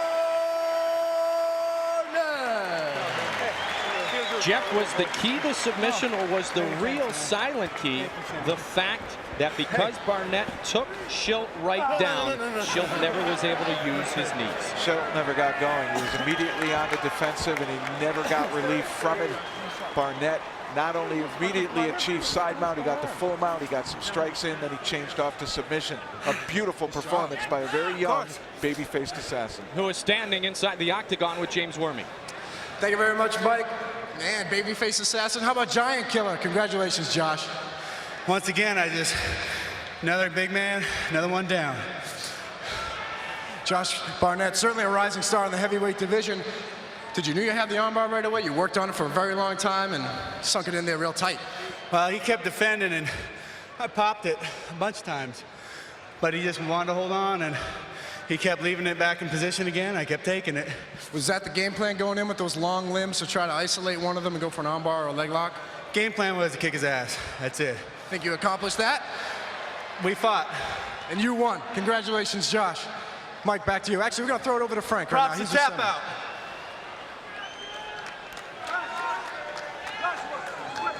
I got Big Semi here. Wow. Hey, you said your hero was Kenny, because he always dies and he always comes back. That was a war out there. Man, that was a war. I'm coming back. You're coming back. I'm coming back stronger. Well, it was a brilliant fight. It just looked like he outworked you. You know, what do you say to that? There's nothing you can do. I want to see you back. I checked your reach today, and you are a big, scary man. Sorry. Back to you guys. Oh, that is outstanding. He does not have to apologize to anyone, with a smile on his face, even in defeat, in front of great dignitaries tonight, including the Donald Trump, Kendall Gill, NBA superstar from the fighting city of Chicago, right behind the Donald Trump. And we thank Mr. Trump and the New Jersey State Athletic Control Board for hosting the last couple of UFCs in the Trump Taj Mahal in Atlantic City, New Jersey. Josh Barnett is truly a likable young man and proved that hard training brings great results here tonight. Very workmanlike, intelligent fight. Barnett controlled it, gained every inch consistently and diligently, and it all led up to one beautiful submission right here. A nice armbar, Semi having the tap. Great fights so far here this evening. Some submissions, a couple of knockouts, a big kick from Miletich, and a backstage interview with Tito Ortiz and James Wormy. Thank you, Mike. Here in Tito Ortiz's locker room, the light heavyweight champ, putting the wood on some focus pads here. I have seen Tito hit these things for 1 solid hour. The champ has no fear of hitting, getting hit, or gassing out. Definitely on a mission, been working a lot on his boxing, looking to knock some people out. Mike? James, thank you very much. Tito Ortiz in team punishment. He is on a roll. He feels it. He is the biggest star right now on a star-studded night across the Hudson of UFC action. Coming up still this evening for the light heavyweight championship of the world, the Huntington Beach bad boy, Tito Ortiz, against the challenger, the king of rock and rumble, Elvis Sinosic. Beautiful shot of Manhattan, and a beautiful shot inside the Continental Airlines Arena, where coming up next, a lightweight matchup, which we are calling the fans fight. Dean Thomas set to take on Baby J, BJ Penn. Dean Thomas making his long-awaited UFC debut here this evening against Penn. 2 wonderful matchups tonight in the lightweight division. How about Little Evil Jens Pulver, our present champion, and how impressive he was against Caro Uno in winning the belt. Take a look at Little Evil.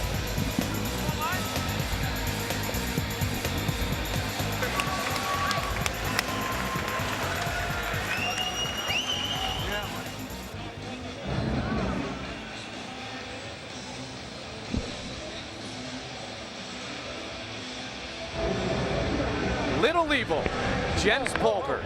What a great champion, and a win that night for Dusty. And Jens Pulver, our lightweight champion, will join us in the booth for this fight. First of all, how do you feel, and how has it been to be the champion? I'm gonna tell you, it's been phenomenal.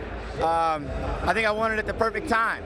I got the new owners of Zuffa and this new organization and this team. It's phenomenal. They actually care about the fighters, and they've been making me feel real important. I've got to go around and meet so many great individuals. It's just been one chip after another. It's just been great. It's almost hard to get back into fighting. You know, I got to start training again. It's like, hey, step out of La La Land and let's go back to what you know. So, well, you get to train for a fight in September with your belt on the line against your old buddy Dennis Hallman, who has spoken already about you here this evening. Yeah, it's kind of funny. I don't know how I can be walking up that road to meet him. I'm the champ. I'm stopping. I turned around. They all come to me now. That's my cul-de-sac. So it's just been, we've known each other through high school. I don't know. I think he was a little jealous that I started fighting like he did, because I stood out in wrestling, and he's kind of followed in the footsteps a little bit, but he's been running his mouth saying I'm no good, been saying I suck and I couldn't beat guys like John Lewis, Phil Johnson. I'm a respectful guy, and if they give me credit, I'll give them credit, but he's done nothing of the sort. So it's one of them things. They did me a favor by signing that fight. I'm looking forward to it September. I'm gonna knock him out. Hey, Hallman's a guy who has performed very well, though, and you don't like him already. We know that. He doesn't like you either. That's not such a bad thing in this fight world, but he is very talented, isn't he? You know what? And that's not to take away from his skills. Very skilled fighter. He's earned this shot. He's beaten my teammate twice in under 20 seconds, which was Matt Hughes, and that's no easy thing. Yeah, it's not to take away from his skills at all. I respect him as a fighter, but it's as a person. He gives me no respect. I'm not going to lower myself to respect him when I'm not getting it back. Jens, we look forward to your comments as we continue to look at this great card tonight, Jeff. And you look at this great card, it includes Dean Thomas, and it should be mentioned that Hallman has defeated your buddy and teammate Matt Hughes twice by submission. So the lightweights are outstanding as we can feature right now in the UFC. Without doubt, the lightweight class is the premier class in the UFC, and this man's the champ of that division. And I got a question for you. You were the chaser. Now you are the chased. And how is Jens Pulver going to maintain his motivation to continue to improve as the champ? Well, first off, my fiance at home, Gina, she won't let me quit. She's got my diet going. She's got my weight routines rolling. I mean, it's back to business. And then in my room, Pat Miletich, Jeremy Horn, Matt Hughes, you think you're going to go in there with the swollen head? Sad mistake, man. I might be the champ here, but in there I'm just another opponent. So it's back to business. All that belt's done is guaranteed that I'm going to fight the best guy, and I'm going to get their best every time, and that's all I want. Speaking of the best, we are going to see two of the best in the lightweight game right now, right here at the Continental Airlines Arena.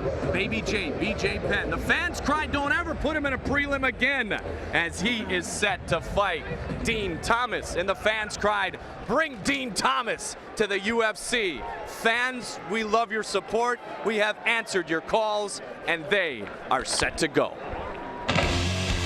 Lightweight contenders BJ Penn and Dean Thomas are two rising stars in the UFC, and one of them is on the fast track to the UFC Lightweight Championship of the World.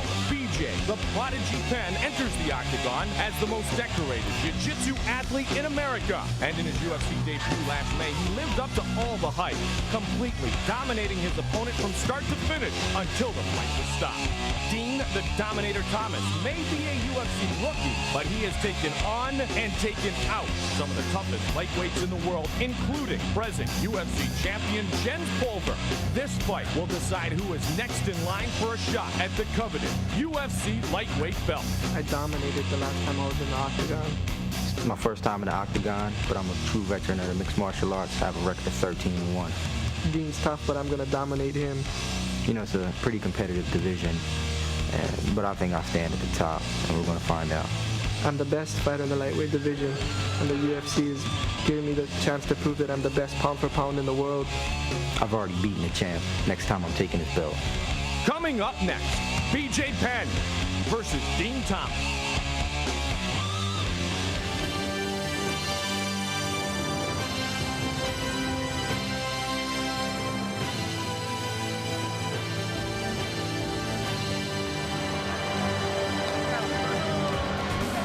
Ladies and gentlemen, the fighter now entering the octagon is a Vale Judo expert with a mixed martial arts record of 14-1. standing 5 feet 9 inches tall, weighing in at 154 pounds, fighting out of Orlando, Florida. Please welcome the Dominator.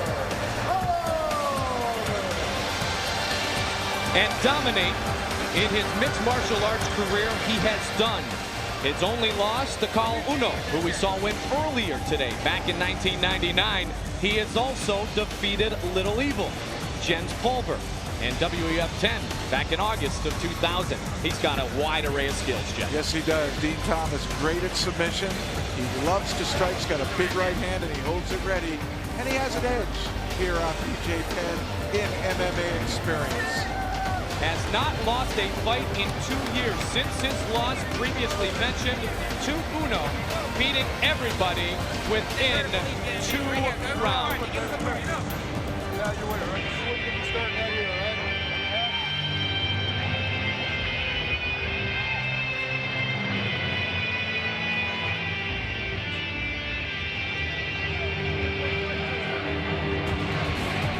And his opponent now entering the octagon. He is a black belt and a world champion in Brazilian Jiu-Jitsu. Standing 5 feet 9 inches tall, weighing in at 154 pounds. Fighting out of Wainaku, Hawaii. Please welcome BJ the Prodigy Penn. BJ Penn is in a hurry to get things started. Oh yeah, BJ is the man. He's a youngster, he's brash, he's confident. He is a jiu-jitsu world champion, the only non-American to ever do it. Hard puncher, good with his hands, great on takedowns. Watch for the double. Tail of the tape. This highly anticipated matchup between the 24-year-old Dean Thomas, the 22-year-old BJ Penn. Everything else is absolutely even.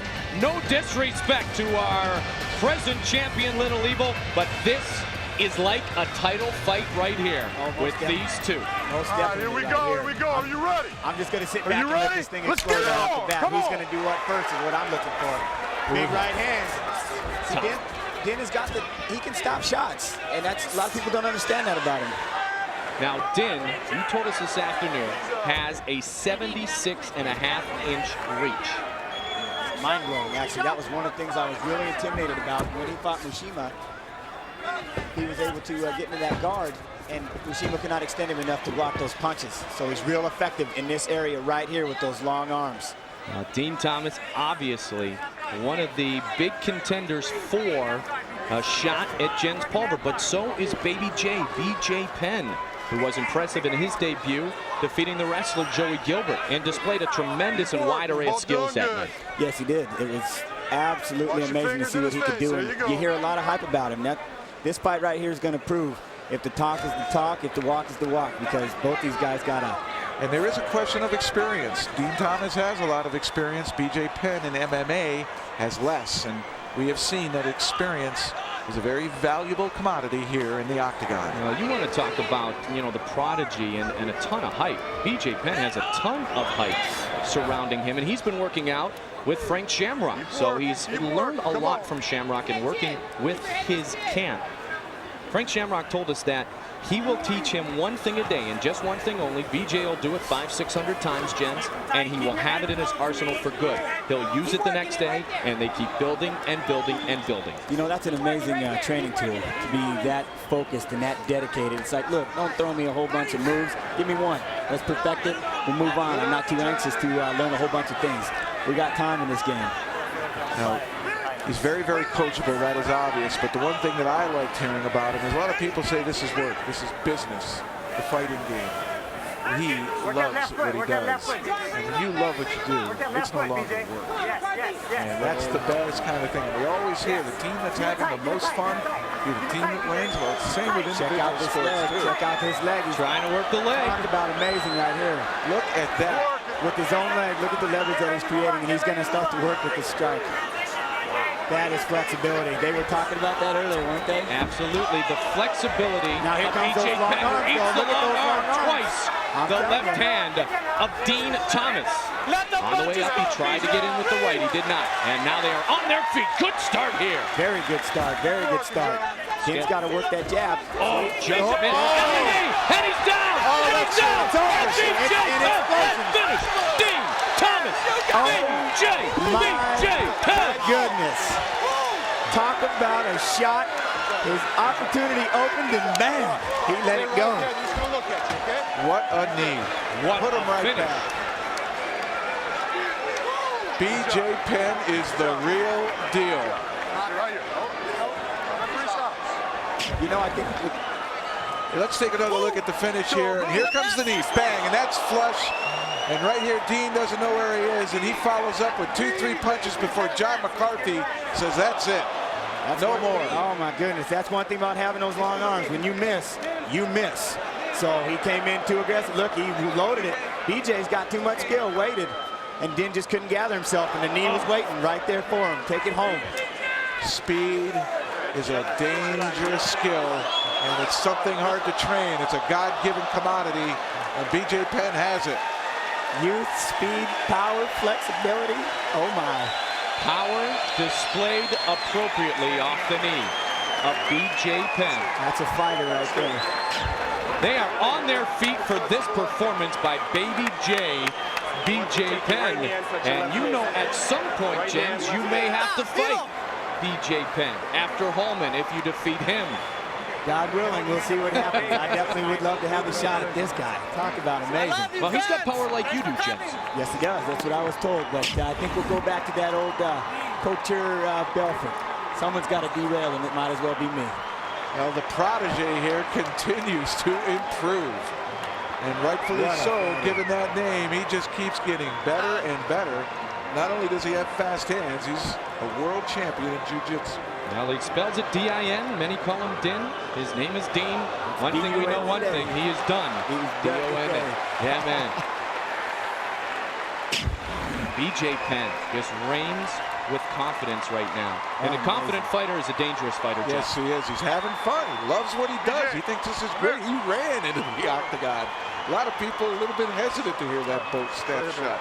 But BJ trains very, very hard. He's in with a good camp. And I think Frank Shamrock said a lot about him to us, and it seems to be all true. The doctors doing a nice job attending to Dean Thomas. He is just fine in our official decision, brought to us by Bruce Buffer. Ladies and gentlemen, we have a winner at 2 minutes and 42 seconds of the very first round due to a referee stoppage. For the winner, BJ, the Prodigy, Penn. If the long arm misses, the body and the head is exposed, and BJ took advantage. He's being wrapped up now by our James Wormley. Thank you very much, Mike. Joined by victorious BJ Penn. The reason you are fighting second to last, the reason you're the co-main event is because the fans wanted to see this fight. Congratulations on the win. Thank you. Thank to all the fans for... Thanks to all the fans that was giving me the chance to fight second. Yeah. I'm a nice guy, but this is what's going to happen to every single guy that steps in the ring with me. Exactly this, nothing else. BJ. It's not going to go to decision. It was a punishing knee. Take a look at it right here. Yeah, I saw. Did you see the opening? Did you instinctively bring the knee up on the clinch? Take us through it a little bit. Well, when I fight, I never think about winning. I just fight. So, part reaction, part see the opening. I don't know. You train with a lot of good guys in Vegas. Talk about it in Hawaii. Talk about your training, the guys you're with, and how that helps you in here in the octagon. I'm down here with my team from Novo União, Tony, John Lewis. What's up to everybody from Novo União? Training American Kickboxing Academy. I do CrossFitness, CrossFit.com.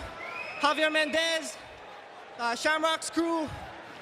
Yeah, I'm just glad. I'm happy. Now we announced tonight that Jens Pulver is going to fight Dennis Holman next. You might be in line to face a winner of that. What are your thoughts on fighting for the belt? It's like I said, nothing personal. It's my belt. His belt, his victory tonight. BJ Penn, victorious in the octagon. Mike? Well, I think we can talk to the man who owns the belt right now to react to that comment. He says it's his belt. What do you think? I'll tell you what, BJ's good, but he ain't evil. So we'll see what happens. Ruben Asato, also a tremendous fighter. Tell us what you know about Ruben Asato. I tell you what, I'm a big fan of Rumina Sato. That guy can move. Talk about going from one submission to the next. There's nobody in the world like him. That boy will go from, he will jump up and get your arm, spin down to a foot, and before you know what happened, you'll come up with your legs and knots thinking, Sato, wow. So the amazing thing, Jeff and Jens, is that a lot of you great fighters in the lightweight division have mixed and matched. You've beaten up each other, defeated and been defeated. It's the way it goes. That's what happens when you put it out on the line every time. You're willing to risk it, you're willing to lose it, and it just happens that way. And it's just a phenomenal weight class, and I'm glad to be a part of bringing in the respect that it deserves. And I'm glad guys like BJ, such great fighters coming up, and guys like Rumina Sato and Uno, I'm telling you, we were always the best. It's just now that people are starting to see it. Jens, thank you for your time. Hey, thank you for being with us. You're on the top of the mountain. Watch out. Lots of people running up. They want to knock you down. And you will continue to keep bringing prestige to mixed martial arts. You're a great athlete, great champion. We wish you the best. Thank you very much. Continental Airlines Arena, East Rutherford, New Jersey. The biggest house ever played in the history of the Ultimate Fighting Championship. What an event-filled night it has been thus far, with great announcements, great things happening, and James Wormy now in the Crave Corner. Thanks, Mike. Plenty of action inside the arena, just as much action up here on the concourse. This is the Crave Corner, set up by Crave Entertainment. They're the makers of the UFC video game. Fans here enjoying the Dreamcast version of the video game, which is awesome. It's also available in PlayStation and Game Boy, and coming this fall, it's going to be available on the Microsoft Xbox version. We're all looking forward to that. Fans enjoying themselves up here at the Crave Corner. UFC video game in stores now. Back to you, Mike.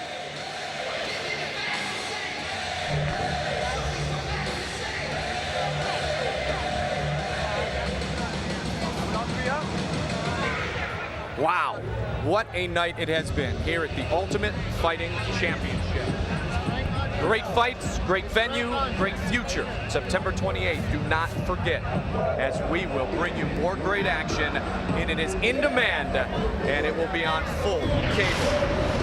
UFC Showdown in the Meadowlands. And then there was one, the one that we have all been waiting for. A title on the line here inside this building of champions. And coming up right now, coming up next, the Huntington Beach Bad Boy. Tito Ortiz puts his belt on the line against the king of rock and rumble, Elvis Sinosic. Tito Ortiz, absolutely on a roll. He has evolved into the most popular, most exciting, and potentially most damaging fighter in mixed martial arts today. Let's go up close. Now we're in. Tito Ortiz, the bad boy from Huntington Beach, is the most dominant and exciting fighter in mixed martial arts today. Much of the reason for this is a tireless training regimen and a 6-hour-a-day dedication to the sport. Now, this one-time outstanding wrestler has evolved into a well-rounded mixed martial artist with a variety of weapons at his disposal. Last February, Ortiz showed off these weapons, completely dismantling #1 contender Evan Tanner, showcasing first his ability to intimidate and then his overpowering strength en route to victory. But in today's UFC, Tito knows that development and refinement of new skills is necessary. And for this defense, he has enlisted boxing trainer Don House to hone his skills and teach him the finer points of the sweet science. Working with Don House, I think a lot of things I'm trying to successfully do is turning my punches over and hit people with power. Because I have a lot of power on my body, I just gotta learn how to use it. And once I learn how to use it, man, it's gonna be scary. Boxing, we do a lot of balance. Tito has a lot of strength. He's fast, he's quick with his hands. But I want to work with his balance and his punching power. And everything else I don't know anything about, but only the boxing part. You dig that shot to the body, drop and twist. There you go. That's what that shot goes. Drop and twist. Pop. Pop. Drop and twist. Pop. Some of the technique that I've changed to make me have knockout power now is is not using so much energy when I punch. Let all the punches just flow and be consistent. I mean, I was learning when I was hitting the focus pads because every one of my punches, all of a sudden I wasn't getting tired when I was punching because everything was flowing. It wasn't I was trying to kill people when I was punching. It was like, all right, I'm just trying to hit you with all the power I can. And now I'll hit them with the quickness and let the power follow behind. I'm trying to teach him a certain rhythm, a boxing rhythm, which would also carry over into his sport. Rhythm is a discipline of all sports, basically basketball, baseball, football, even golf has a certain rhythm. And I'm trying to get him in that boxing rhythm. And once he get in that rhythm, then he'll be able to punch, kick, whatever. I think it helps to achieve a few things by using the medicine ball of tightening the muscles in the stomach so if I get body punches, and at the same time using strength with turning my punches over, using the twisting motion and the strength in my legs. I do a routine where I have him hand me the ball behind him, and that's more turning and dropping off the hook, turning back the other tail off the right hand.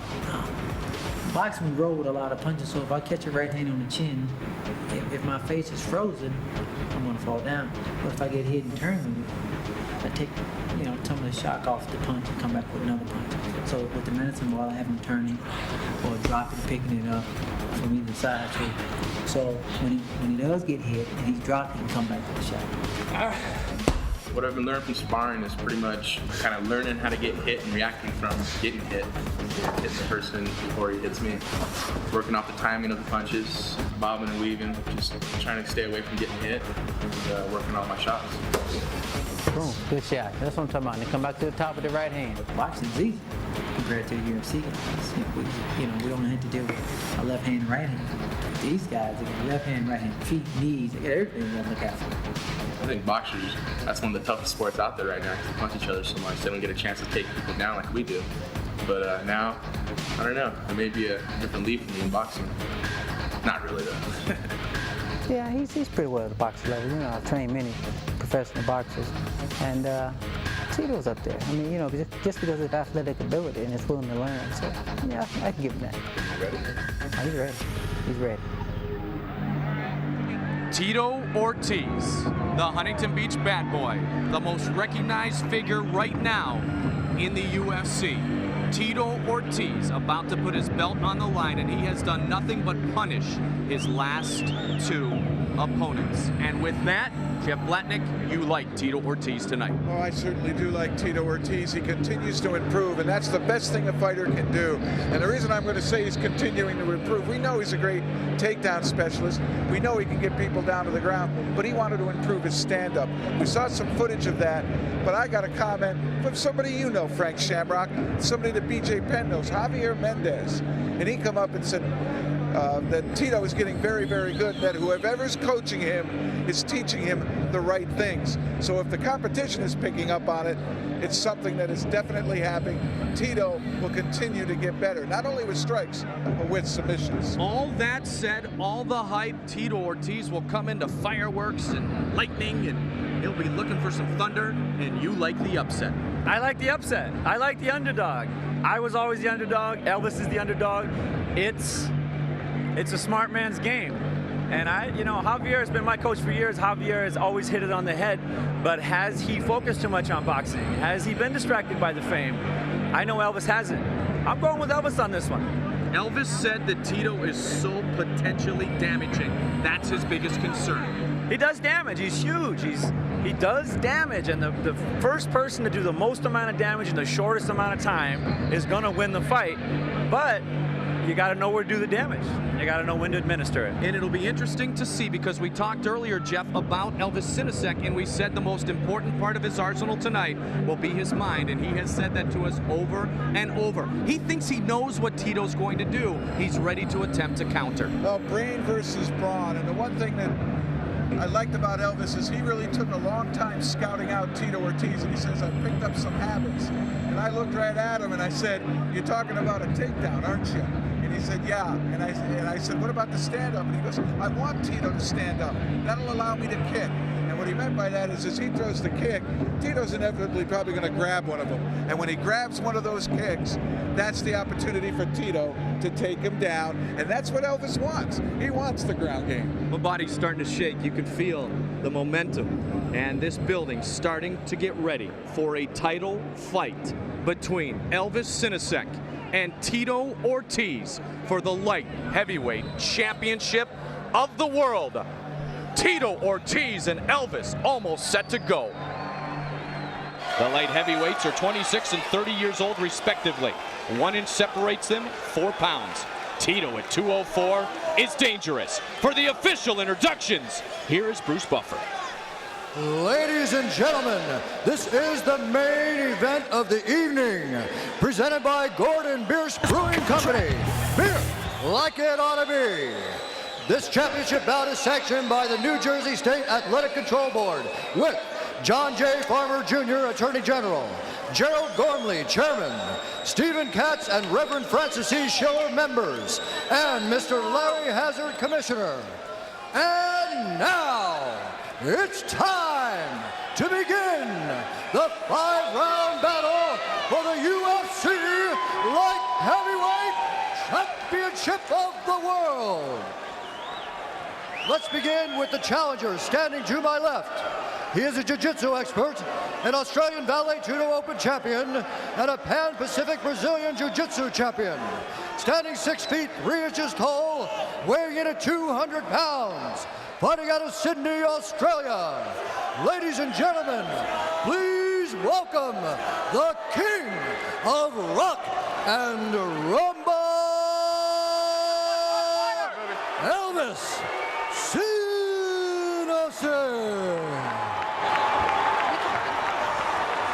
And the fighter standing to my right, he is a submission fighter with a UFC record of 6-2. Standing 6 feet 2 inches tall, weighing in at 204 pounds. He is the UFC Light Heavyweight Champion of the World.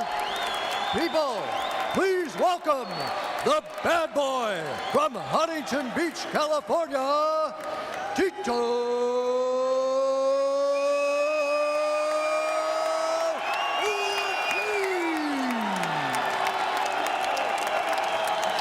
Tito's last 2 fights have lasted less than 2.5 total minutes. Title on the line, and our referee, Big John McCarthy. All right, gentlemen, light heavyweight championship of the world. Are you ready? Are you ready? Let's get on! Light heavyweight title fight is underway.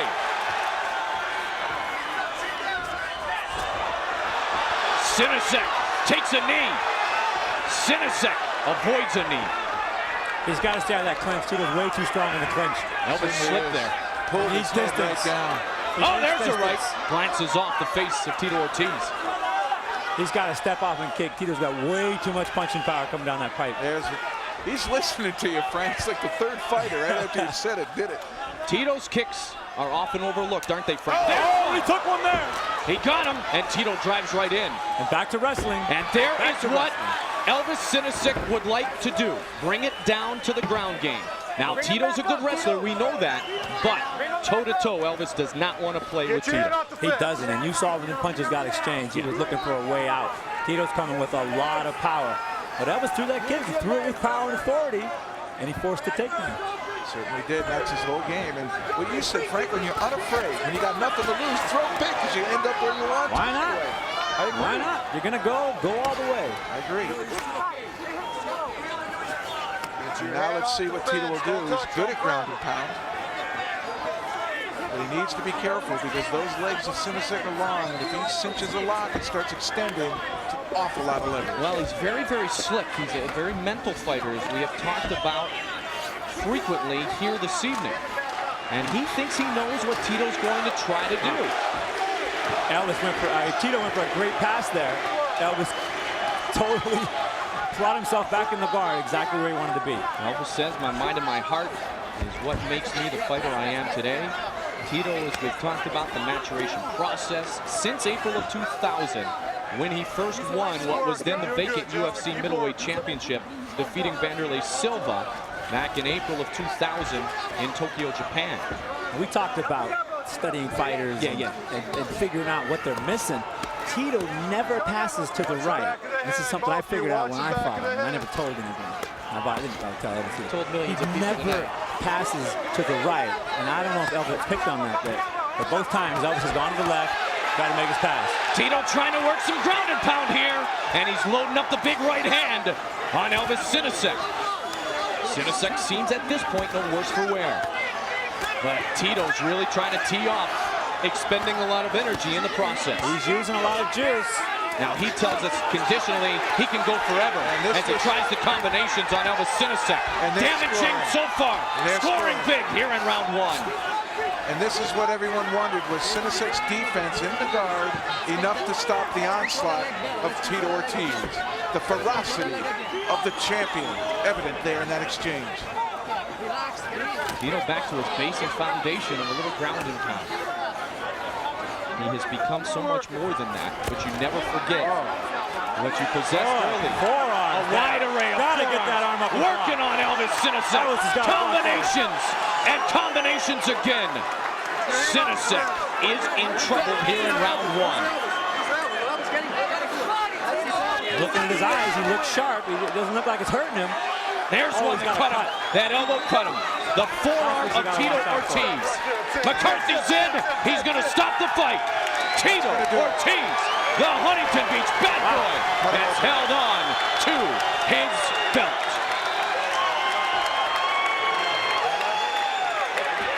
Overpowering.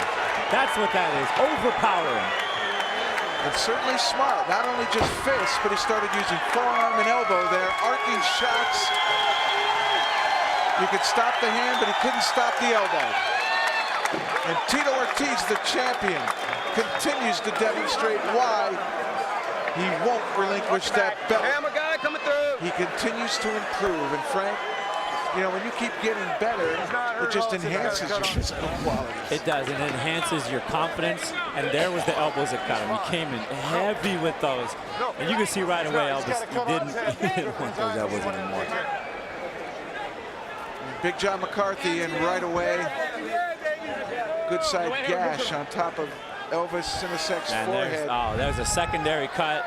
He came in, elbow punch combination, completely overpowering. Well, the king of rock and rumble got roughed up and overpowered by Tito Ortiz. In the guard, but damage being done. Big damage. Big damage. Lefts, rights, forearms, elbows. Hey, you like the upset, Frank, but I'll tell you one thing. Right now, Tito Ortiz is truly the real deal. He sure is, and he took care of the underdog, I gotta tell you that. Tito Ortiz will hold on to his light heavyweight belt, and he thinks he's going to hold on to that belt for a very long time. Bruce Buffer with the official decision. And our Ladies champion. and gentlemen, we have a winner due to referee stoppage at 3 minutes 32 seconds of the very first round. For the winner, and still the UFC light heavyweight champion of the world, the bad boy from Huntington Beach, California, Tito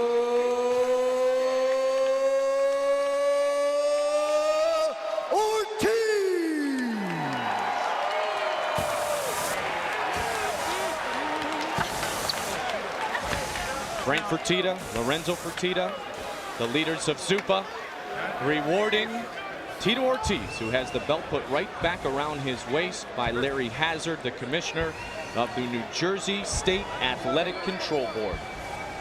Impressive victory by Ortiz. And if he continues to get better, I can't emphasize that enough. I mean, his physical qualities is called genetic freak. Then you add to that knowledge and intelligence, and he showed some good patience early on. Really didn't blow himself out trying to take Elvis out, and he started using those effects more and more effectively and efficiently, and that led to that onslaught. Multiple strikes leading to the cut, leading to the stoppage of the fight. Well, Tito's shape is also incredible. No question. And I'll tell you, Elvis, the one thing he was concerned about is that the size and power of Tito would be overwhelming. And in the end, it was, as Elvis loses to the champion, Tito Ortiz, with James Wormy. Thank you very much, Mike. Happy to congratulate Tito Ortiz, our light heavyweight champion of the world, successfully retains his belt tonight. Congratulations, champ. What'd I tell you? Don't blink. This shit's gonna be over quick. You wanted to take it to him hard, you wanted to take it to him fast, you wanted to throw some punches. You feel like you've accomplished all those things tonight? Yes, I didn't get accomplished a lot of my stand-up, but I said the hell with it. He didn't feel that strong. I thought I'd take him to the ground. I mean, I do jiu-jitsu all the time, so I know what's on the ground that anybody tries to bring me. I want to thank Saldinha from Brazil for helping me out with the triangle. He's the one who helped me out, so when it's on the ground, I had pure confidence. I'm going to roll it each through every single one of these guys, man. Better watch out, because Tito Ortiz pissed off. Pissed off is a bad way to see Tito Ortiz. Tito, we're going to take a look at the end of the fight here. Why don't you take us through it? I just raining shots on him. I hit him with one shot, and I heard him go, ah. So that's when I just thought, all right, well, I'm raining blows on him. I got enough cardio to go for 20 minutes straight. I hit him with an elbow, perfectly on the forehead, cut him up in a real deep cut, and so I just started welling and getting shots in on that cut. So that's how I finished it. Each one of the guys that put me in here against, you guys better be scared, man, because I'm going to hurt you bad. You want to come and fight Tito Ortiz, you're going to get hurt. You know, Tito, a lot of people don't know just how much work and just how much commitment you have to this sport. I know, I've seen you train, and I couldn't believe the type of effort you're putting out. Why don't you let people know just what kind of effort Tito Ortiz is putting out on a daily basis to retain that belt and make sure he never loses it? On a daily basis, I train 7 days a week, 8 hours a day. I do 2 hours of boxing, 2 hours of kickboxing, 2 hours of jiu-jitsu, 2 hours of wrestling, an hour of running, an hour of lifting weights. This is every day that I do this. I'm here to make a mark. I'm here to show everybody out there, man, you put your mind, you can achieve anything, and that's what I'm setting goals. And you know what? These are keep going on stepping stones. I just can't wait to get Las Vegas. Out there in Vegas, we're coming, baby. Tito Ortiz successfully retains his light heavyweight championship of the world. Congratulations, Tito. Hang on. All right, I want to thank all my sponsors for one, Rodman Entertainment, Spankies, Shot Shoes, Johnny Sway Clothing, all the guys that make it happen for here, Dave Thompson Speedwear, all you guys that make it happen for me to make an easy job. Each time I'll keep producing, keep bringing those lightweight heavyweights, man, because I'm going to keep stomping them. Team Punishment real happy over here. Let's check in with Frank. I'm here with Elvis. Elvis, you got a nasty cut on your head. You fought your heart out. You got huge balls. I never doubted you. I picked you as the winner of this fight. Thanks, I know Frank. you're bummed. Tito's a great fighter, an awesome champion. I knew what he was coming out to do. I was ready to handle him on the feet. I did a lot of stand-up with world-class kickboxers, and I felt I really held my own up there. I just haven't had enough experience up against the fence, and when he caught me against the fence, I was comfortable for a while until he started opening up. He landed some really good shots, nothing that really hurt me or dazed me, but he put in a big, beautiful elbow, which opened up a cut. Got into my eyes, I couldn't see what was happening, and from there, there's not much I could do when you can't see where it's coming from. Well, you're a smart man, and you're probably one of the most technical fighters out there. Thank you. How did you feel about the power, the aggression? Did it affect you at all? You know, I could make excuses and say, yeah, he beat me because he was bigger and stronger, but he wasn't. On the night, he was the better fighter. I knew he was coming in bigger and stronger, and that's what I trained for. If I let that get in the back of my head, then I'd lost the fight before I got in the octagon.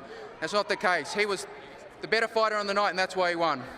Elvis, you are a class act, my friend, and I'm proud to be standing here next to you in the octagon. And win, lose, or draw, I will always watch you fight. Thank you, I appreciate it, and I hope the fans enjoyed the fight. Thanks, guys. Back to you guys.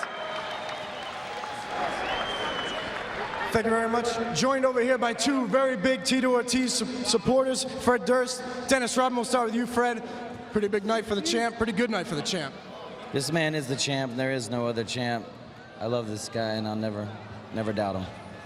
Let's turn it over to you, Dennis. It's the first time we've seen you here at the UFC. Did you enjoy your evening, and what do you think of the champ? Yeah, it's one of my fighters tonight. He did a great job tonight, even though that, it was a little short fight. But we'd like to thank everybody here in New Jersey. I'm from Trenton, New Jersey, so, it's all love here, baby. It's all love. It's all about the champ retaining his title. Mike, back to you. He is awesome.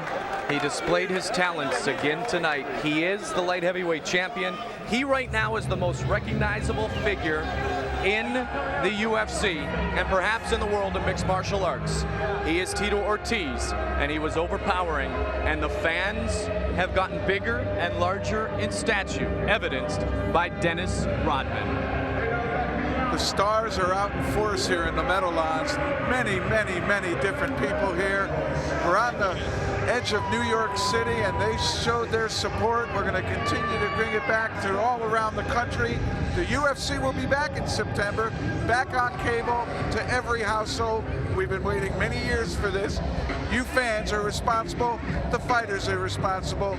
The UFC thanks you. The believers, Jeff, are also responsible. Believers like Larry Hazard and his crew with the New Jersey State Athletic Control Board. Larry Hazard, in a way, took a risk. He was the first one, as a major commission, to look at the UFC, adopt unified rules. We've held now 3 shows here in the great state of New Jersey. They've all been successes. The commission's done a great job, and it has snowballed now into more and more positive news for mixed martial arts fighters and fans around the world. A great night of fights tonight, not limited to the ones that you have seen so far, because we had 2 preliminary fights prior this evening, including a welterweight special attraction between Tony D'Souza and Paul Rodriguez, and that was a quick bit of work by the winner. Let's see. We are set for a matchup in the welterweight division between newcomer Paul Rodriguez and Tony D'Souza. Rodriguez, the athlete coming out of San Antonio, Texas. My name is Paul Rodriguez. I'm 5'8", 169 pounds. I'm from Orlando, Florida. My style is valet tudo. My strengths are my conditioning and my punching power. I've never heard of the guy I'm fighting, and I really don't care who he is. I love to fight because I love the rush. I like to finish the fight early, but I'm definitely ready to go the distance.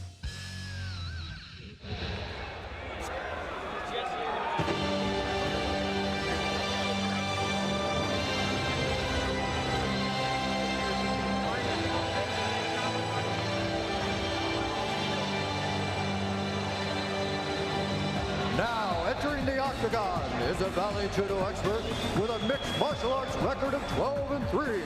Standing 5 feet 8 inches tall, weighing in at 168 pounds. Fighting out of Orlando, Florida. Please welcome Paul Rodriguez.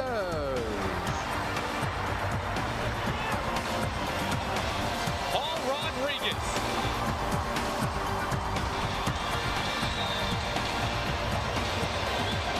Rodriguez set to make his UFC debut. And Rodriguez said he's a hard puncher. He certainly carries a big right hand. He's good at submissions and has an edge in experience. Paul Rodriguez, born in San Antonio, fighting now out of Orlando. His opponent, Tony D'Souza.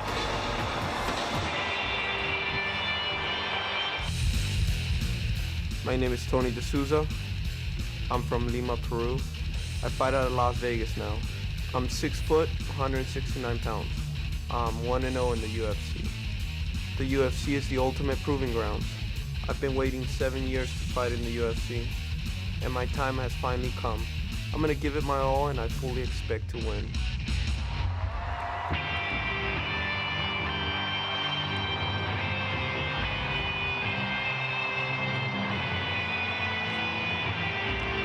His opponent, now entering the octagon, is a jiu-jitsu expert with a mixed martial arts record of 3-0. Standing 6 feet tall and weighing in at 169 pounds, fighting out of Las Vegas, Nevada. Please welcome Tony D'Souza.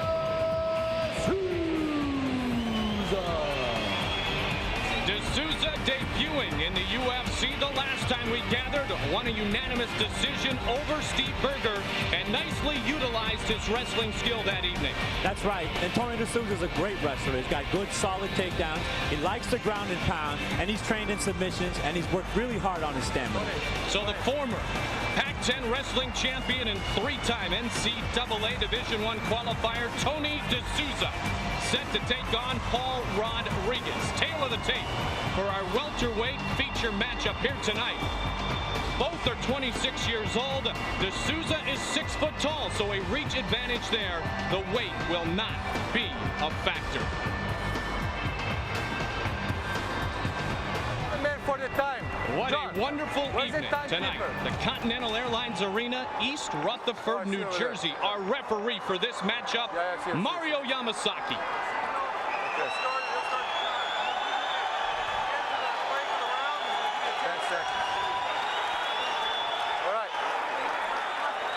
Hey guys, look at here.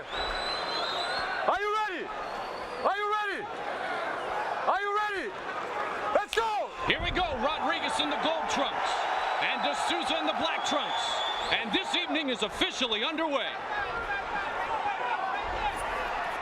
Paul Rodriguez has to be feeling confident. Big right hand against Hallman. Certainly considered a contender in this weight division. And he knocked him out. You're absolutely right about the reach advantage, though. Look at the reach that Tony D'Souza's got. Tony's ground skills displayed excellently when we first saw him in the UFC. He does. He came out strong. He came out, used his wrestling. You see he's using it right here. Keeping the head in the center. He's not letting him drive forward. He's got him down. D'Souza working with John Lewis and Skipper Kelp. And Rodriguez sees D'Souza try to work him on the mat here in the early part of the matchup. And that's a weird front choke that Tony really likes. He gets in deep like that. You see him throw his legs up. He tried to wrap him up and choke him. Here he goes again. Trying to get that in and finish it quickly. Switch off to a guillotine here. Oh my! He's got the choke though. He's got the choke. Can he land it? Guillotine. Can he land it? Rodriguez, he got it. Got it right away. Taps and it is over. Another impressive showing for Tony D'Souza, who wins quickly by submission.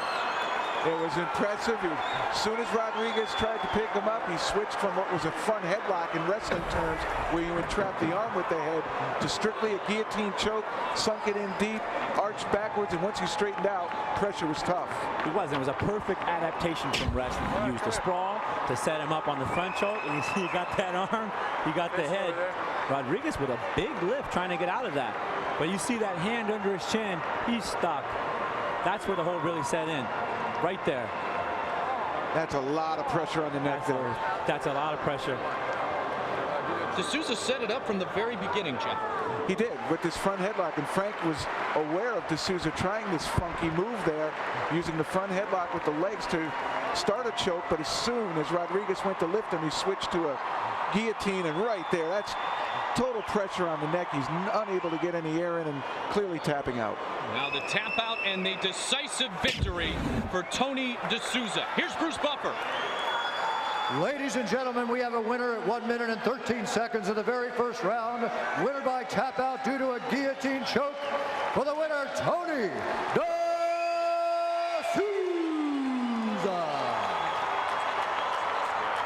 So D'Souza in just 1 minute and 13 seconds ups his UFC record at 2-0, ups his mixed martial arts record up to 4-0. Here's James Wormy. Thank you very much, Mike. Joined by a victorious Tony D'Souza, successful in your second UFC appearance. It's got to feel good, Tony. Feels great. I just want to thank John Lewis. I want to thank Kickboxing Academy, Javier Mendez, and BJ Penn, Mark Laitman, etc. Everybody at JSEC. Pretty quick fight. Did you think it was going to be that quick a fight? Were you able to put in your game plan immediately? I was looking for the choke. I studied him, and I saw that he kept his head up in the whole time, so I went for it. Let's take a look at the replay here. Take us through it, Tony. I was just really torquing it, you know. He's real strong. He just stayed up. I didn't think he was going to tap, but he did. He did indeed. Tony D'Souza 2-0 in the UFC. Mike, back to you. James, thank you very much. D'Souza in just 1 minute and 13 seconds. He looked for the choke early. Frank, he was able to get it against Paul Rodriguez. Not only get it, he sunk it in deep. I know you're disappointed, Paul. You just told me how hard you train and how you feel, how disappointing it is. But you went out there. I saw how relaxed you were. You're ready to throw bombs. What do you do? I'm sorry. I'm kind of frustrated right now, but maybe I was too relaxed. Maybe when he started sinking the choke in, I wasn't even worried. I standed up and pulling his arm down, and he started moving it up and got it on my chin, and that was it, and it was so frustrating. Well, it got you tight. The game is about submission. You got submitted. You're going to come back, though, right? I hope so, man. I'm going to come back even harder. I didn't even get a chance to get loose tonight. I'm so frustrated. I give Tony all the credit in the world. I mean, he sank it in. I was fighting. I just couldn't breathe, and that's it. You're warrior, my brother. We'll see you back soon, okay? Back to you guys. Thank you very much, Frank. Tony D'Souza is undefeated in his UFC career. He has upped his record to 2-0, and it took just 73 seconds.